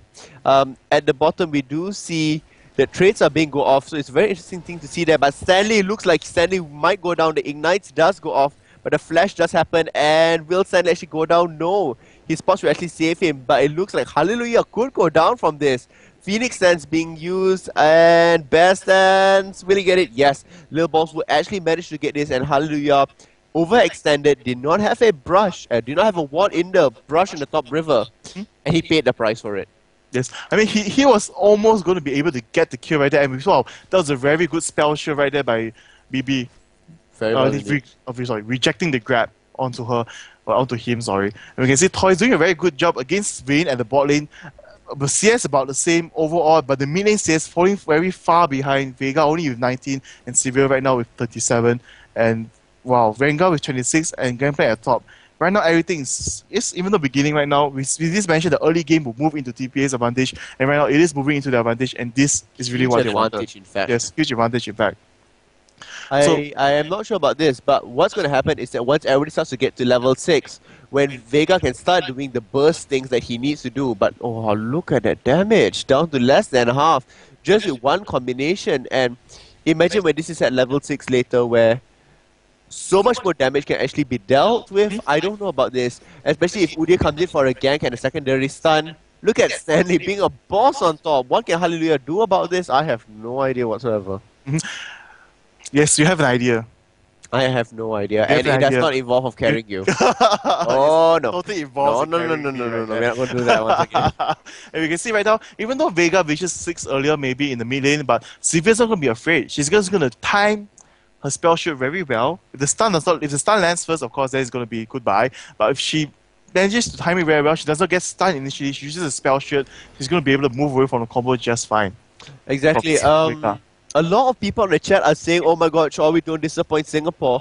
But I want to have the advantage. Taipei doesn't have the advantage from a team composition being an early team comp. It's not that Chorley is doing a bad job. He's still getting CS. It is 31 CS. It's still relatively okay. Not that great, but he isn't disappointing anything. We need to wait it out till the mid game And then we see if he really is disappointing or not, because I don't think so he actually is. Yes, but right now we can see that Oriana has the ultimate up and ready. She's going to charge the mid lane. Four people in TPA is actually in the mid. We can see a ping going down. They know the blue is coming out. They're actually going to be very aggressive right now. Everyone is moving into position. Vayne is still the bot lane farming, not knowing what's happening. And see, we can see Gameplay going to spot Udyr right now. Little Boss using bad sense to move out. But right now, this is going to be an invasion happening. We're going to see a fight at this blue buff right now. TPA is all in position. 5 of them are right there. Totally no problem at all. I believe this is going to be a free blue. And it's going to go on to Toys, and Toys will move on to bot lane. Oh, no. Oh, the grab just almost there if he was only a second earlier. 1 second earlier, and that would have actually been able to pull out blue, if not taking it for himself. Yes. And right now we can see TPA moving onto their own blue. They're actually controlling every single blue of the game since the beginning.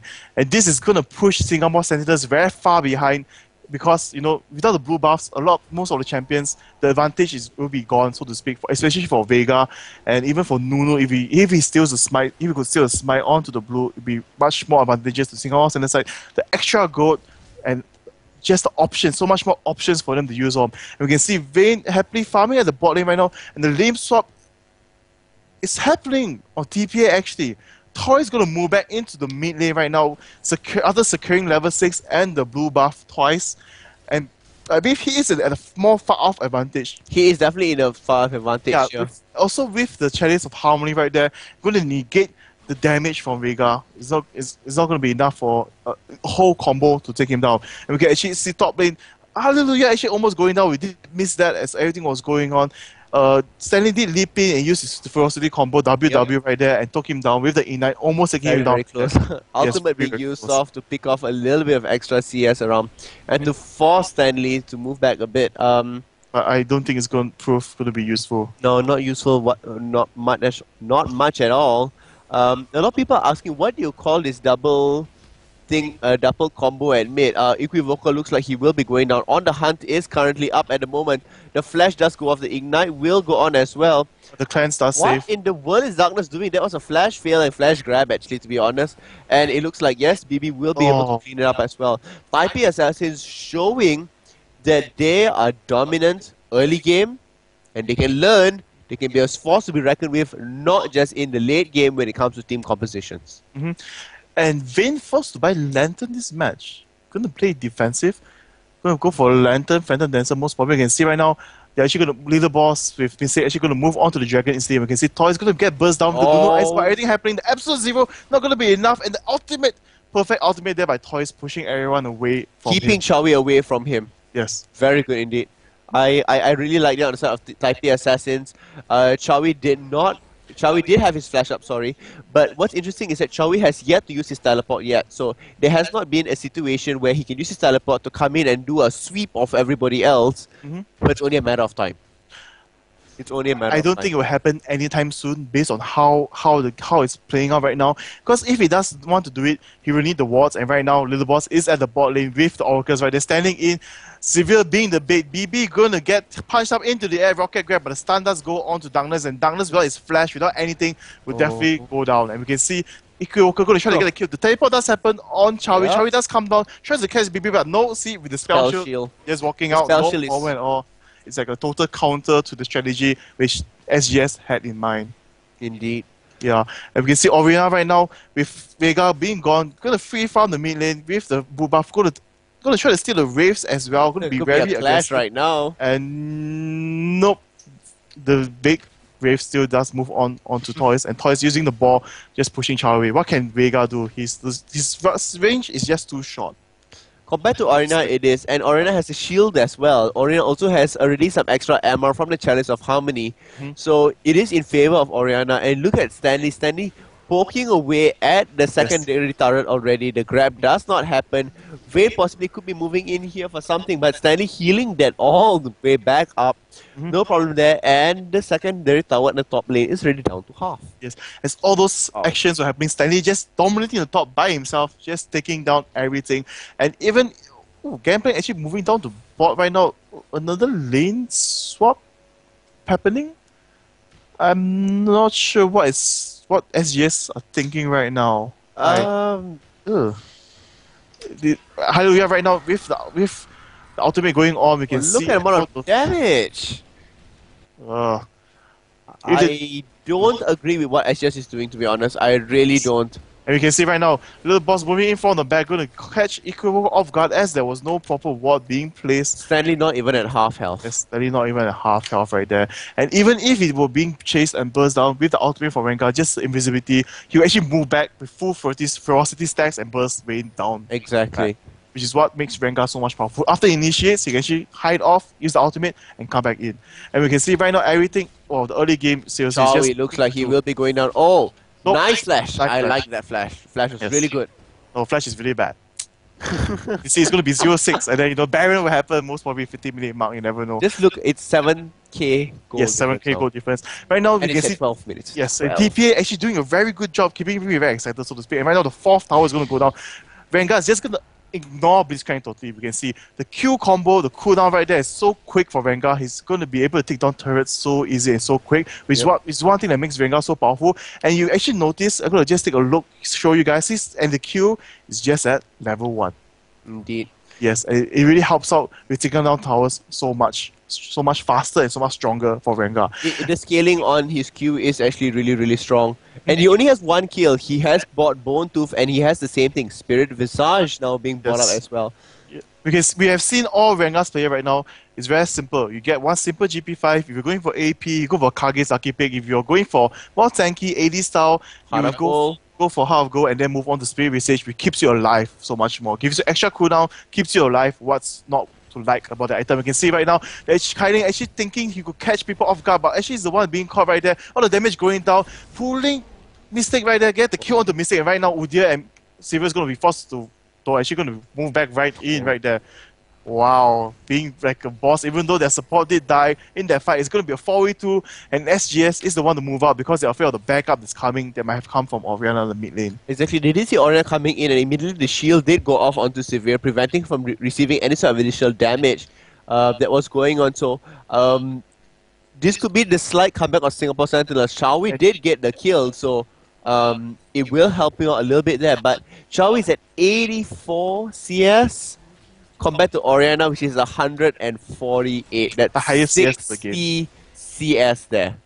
That's a lot. And just to mention, just as you were talking, we were seeing the gangplank being chased away by BB right there. It was very nicely played by Hallelujah, not using the heal too fast, just using the last second right there, so that BB will not chase him, will not tower dive him, and he will end up safe as well. And so, I'm liking how this match is really going. It's moving into the favor of what I really wanted to see so far. And as I mentioned, we can see well, Stanley being pushed off a bit by Equivocal, but definitely not too much damage being dealt onto him, which is Frosty Stacks Max for Rengar is going to be able to heal up so much quicker, so much faster, so much easier. And just as I mentioned right there, already at full health. Just full health back again. Yes, and Rengar just going to push the lane solo, no problem at all. And while he pushes one lane, everyone else is at the mid lane. Seville went back to base the buy items, now going to move back to the bot lane. See, with the champion composition by TPA, they can actually push every single lane, no problem at all. Rengar, even if he gets caught with his ultimate, will not have any problem running away after that. And yes, this is how I wanted to see it. This is all planned, you see. Chawi is throwing the game. We have a deal underneath. People are saying I should start taking out insurance because I have to start carrying. People are saying they don't want me to actually die and I start going to the gym and start benching weight, so hopefully I can actually manage to carry you. Okay, we see right now the gang going on to bot lane. Halia going to go down, Exhaust going down. They're going to dive onto Duno as well. Nope, actually going to be very safe. After getting in kill, going to secure the objective instead of going in for the kill. And we can see Stanley being the boss, taking on the second tower as that was happening, fighting one-on-one with Vayne right there. Vayne, without any huge amounts of damage so far and attack speed, is not going to be enough to take down Rengar. Even if we did see the cannon barrage by Gangplank, it hardly did anything to type assassins. Yes, it was like scratching them, and yes, the game will end in 20 minutes, just as I said.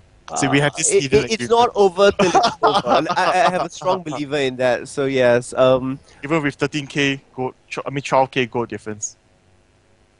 A lot of people are asking why no longer CV is being used by supports. Oh, it's very simple because CV sucks. Well, It's seasonal. Okay, let's be more Yes. technical and more straight out about it. In the past, CV lasts for it cooldown 60 seconds, and CV lasts for 5 seconds. If you take the mastery point, it lasts for 10 seconds. Yes. So, and just by that, you use CV once, it's like 50. You could count it as a 50-second cooldowns after it finishes.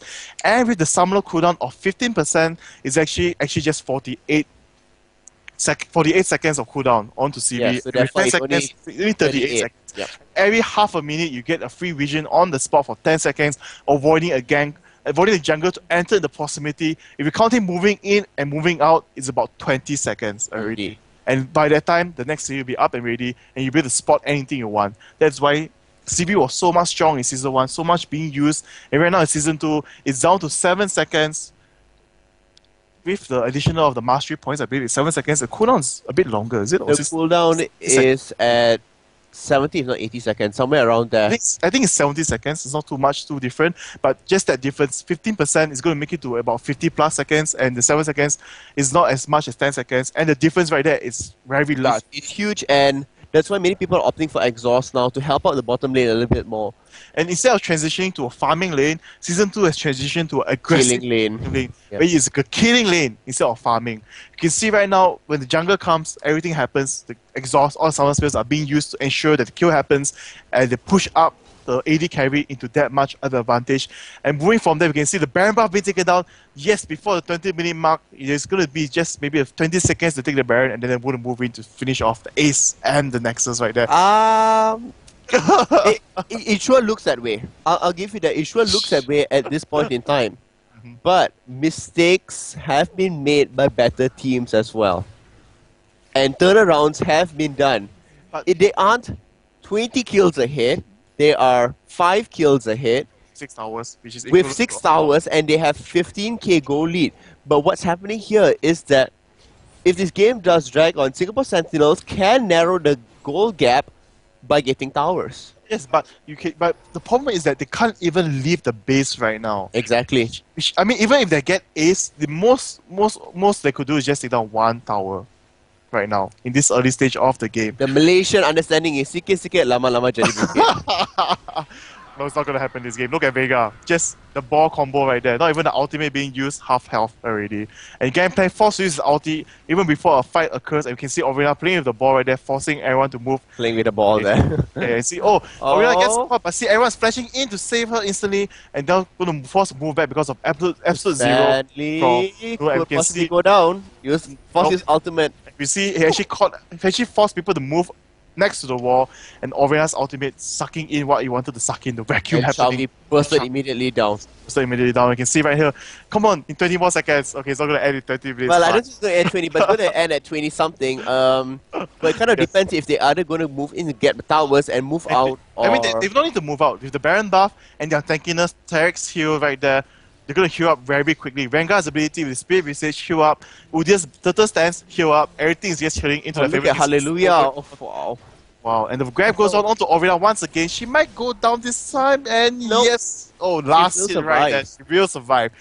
Just by very minimal amount of health right there, but they will take down the inhibitor turret. You can see right now again, BB using his spell shield, taking out Gangplank Scout, not going to be slowed down, and Flipbo's flashing in, all going for the kill right there, all being very aggressive. Stanley going to shout, going to Q, going to chase onto BB's abilities, is the one that gets the kill onto Kailing right there. You can see right now, BB being a boss, and the shield from Orina, clutch play right there. They're going to take down the inhibitor. They're going to move on to the next one, maybe. No, Rengar being a boss right there, healing up, just taking an exhaust. They're hitting him, scratching him totally right there. The armor Nothing boost, at everything. all. See now moving on to the targets, and nothing that can be done right there. Ultimate early backup, sucking Xiaomi, and Ikiroka right there. See, and the whole fight, Stanley, even though being brought down to half health just now, in the initial being the bait, moving on with his seal force, his stacks, healing himself up, Spirit Visage, charging in, tanking every single thing right there.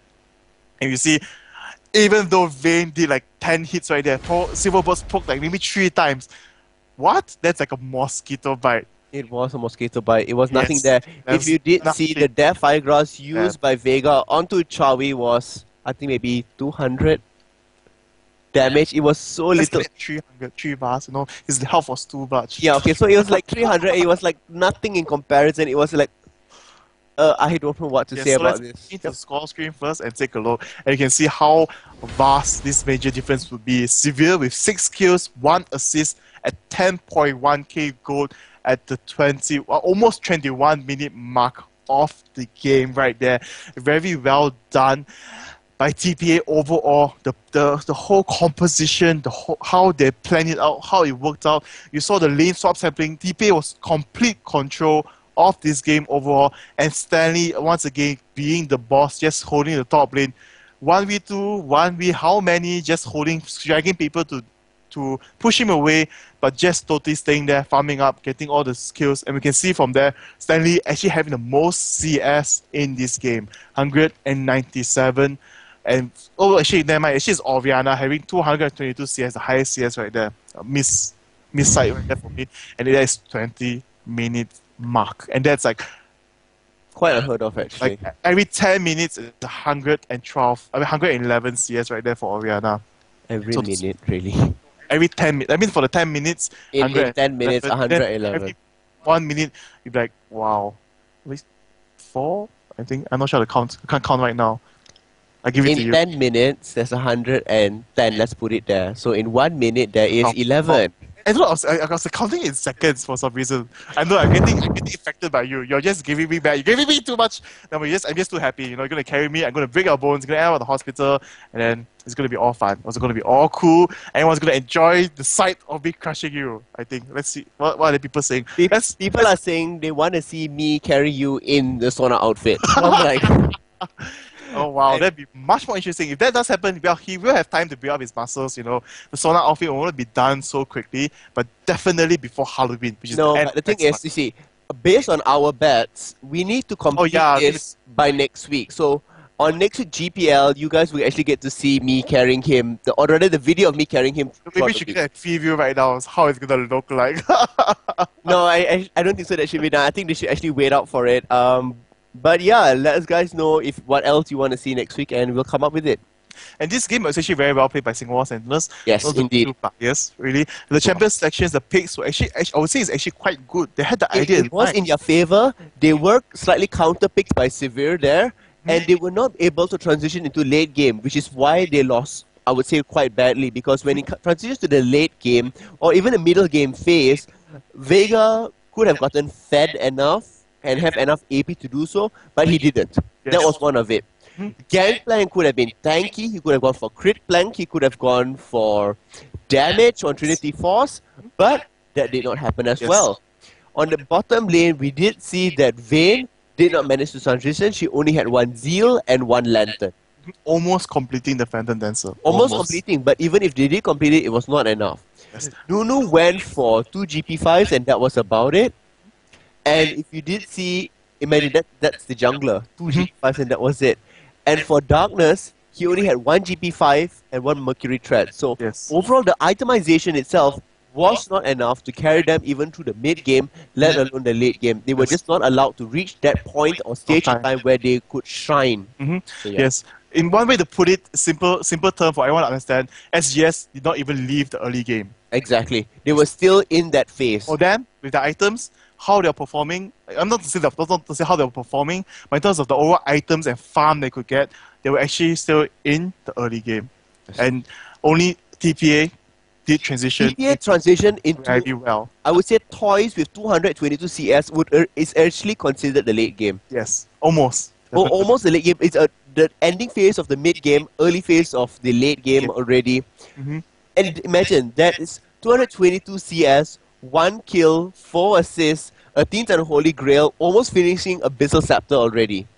So yeah. Great job all around, and we actually have the G100, the 300 GS that you just say G100. I know, I was say 300. See, you're affecting me. You know, you're giving me some bad disease. You know, killing my brain cells. Yes, so the 300 GS that you can win today. But before we get to that, a little bit of rules and regulations. The winner of the 300 GS will be announced on Facebook the following Monday, which is tomorrow actually. The shells will be credited this Monday, tomorrow as well, and the contest is only open to the Singapore and Malaysian server players. So at one point we may do in other regions, but as for now it's only for Singapore and Malaysia. And the question is very, very simple. Yes. What is the coolest League of Legends cosplay you have seen so far? And there has been lots of different cosplay events that has been recently happening. There has been PAX, Yes. where there was amazing cosplay that's being there. There was the Russian launch of the League of Legends there, this year. as well as the Turkish one has not been done yet. There's actually going to be a new server in Turkey, which is where the new Tryndamere is coming out from. Yes. But that has not actually happened yet. So yes, So, yes, let us the know. coolest our cosplay you have seen so far. You should just put Sona Pseudo, even though you haven't seen it before. You have not seen it It's yet. so not Maybe for Pseudo. next time, you will see me playing the harpsichord with my stacked out boobs. I suddenly feel like puking. No, if I say it, it's fine, but when you start to say it, I have to imagine you in it. I feel like puking. You just killed everything in my body. See, the thing is, It's so hard to swallow that. Even though I took that epic challenge, it's so hard to swallow that. It's like I can't swallow that fact. I mean, I will make fun of you, but you shouldn't say it yourself. It makes it's okay. oh. You guys will see me in Sona outfit, and we'll find out what to do for Teddy. We'll give him something pretty interesting to do as well. Pink Fairy Gragas. Pink Fairy Gragas. Why not? Okay, so basically this will be the end of the cast for this week. Thank you so much for joining us. Yes. Thank you so much for your attention. And hopefully we Entertained you. well, not entertain, retain audience retention. So hopefully we retain your attention. Yes. Hopefully we kept you entertained and you enjoyed us throughout yesterday and Why are you not today. laughing? You know, I tried to make a joke, you're supposed to laugh with me, but you seem so fine. That's it. So yeah, we will be back next week. We're not sure of the days yet, but either keep in touch on our Oh, Facebook. we'll definitely be up on the mainstream for Saturday because KLH will be playing for both games that day. Yes, they will play against Saigon Jokers as well as TPA. It's going to be a very hard match for them overall to play, but this week they did beat out SGS, so we're going to see how well they fare out this Again, coming week. TPA next week as well as Manila Eagles. So Oh yeah, so it'll be we'll very see you interesting for the next matches. week. Yes. And you can either follow us on our Facebook pages, and you can, Self-promoting now. Joking. because we are releasing snippets of our dares and what we are doing before GPL production. So we're trying to give you a better picture of how everything is, going around, Yeah. and you actually get some faster information than Some what's outside. information and feedback from you guys. And as you all know, this week's punishment was actually decided by both of us, and also with from other people as well. We don't make it too crazy because I'm really might end up killing Pseudo. Yes, I could end up like tearing a ligament or muscle. So yeah. Yes, but so for next week, we will be accepting opinions and comments on really what you guys like. Suggestions as well. Yes, suggestions mainly, and we'll see which one works out. If it's possible, you never know. Maybe we'll mix and mash up a few ideas, and it turns out fantastic. So definitely, I'll keep on winning this wager and win. I know you all want me to win. I have a stronger one. It can be proven from epic challenges. Even the fact where the reverse bungee could not contain me. I had to have someone substitute me. So yes, thank you all for watching. Hopefully you found it entertaining and was fun to cast for you guys. And do leave back some feedbacks and comments, and definitely please like the video, especially the one with Pseudo. Even though it's reached 50 likes, like it even more. Show how much passion you want us to place into his dress and into his boobs, even the Botox maybe. Which somebody posted on his fan page. If you're looking for Botox, he gave a web link and number, right? I believe on your fan page. Avius posted a link for Botox. Oh Yes. yes. Yep. Yeah. So It Pseudo was. is well prepared and well aware of all the options you have. So thank you all for watching this week. We hope to see you again next week, and we'll see you next time. Good night. I'm TeddyTibbers. And this is Pseudo. Thank you guys for watching. We'll See you then.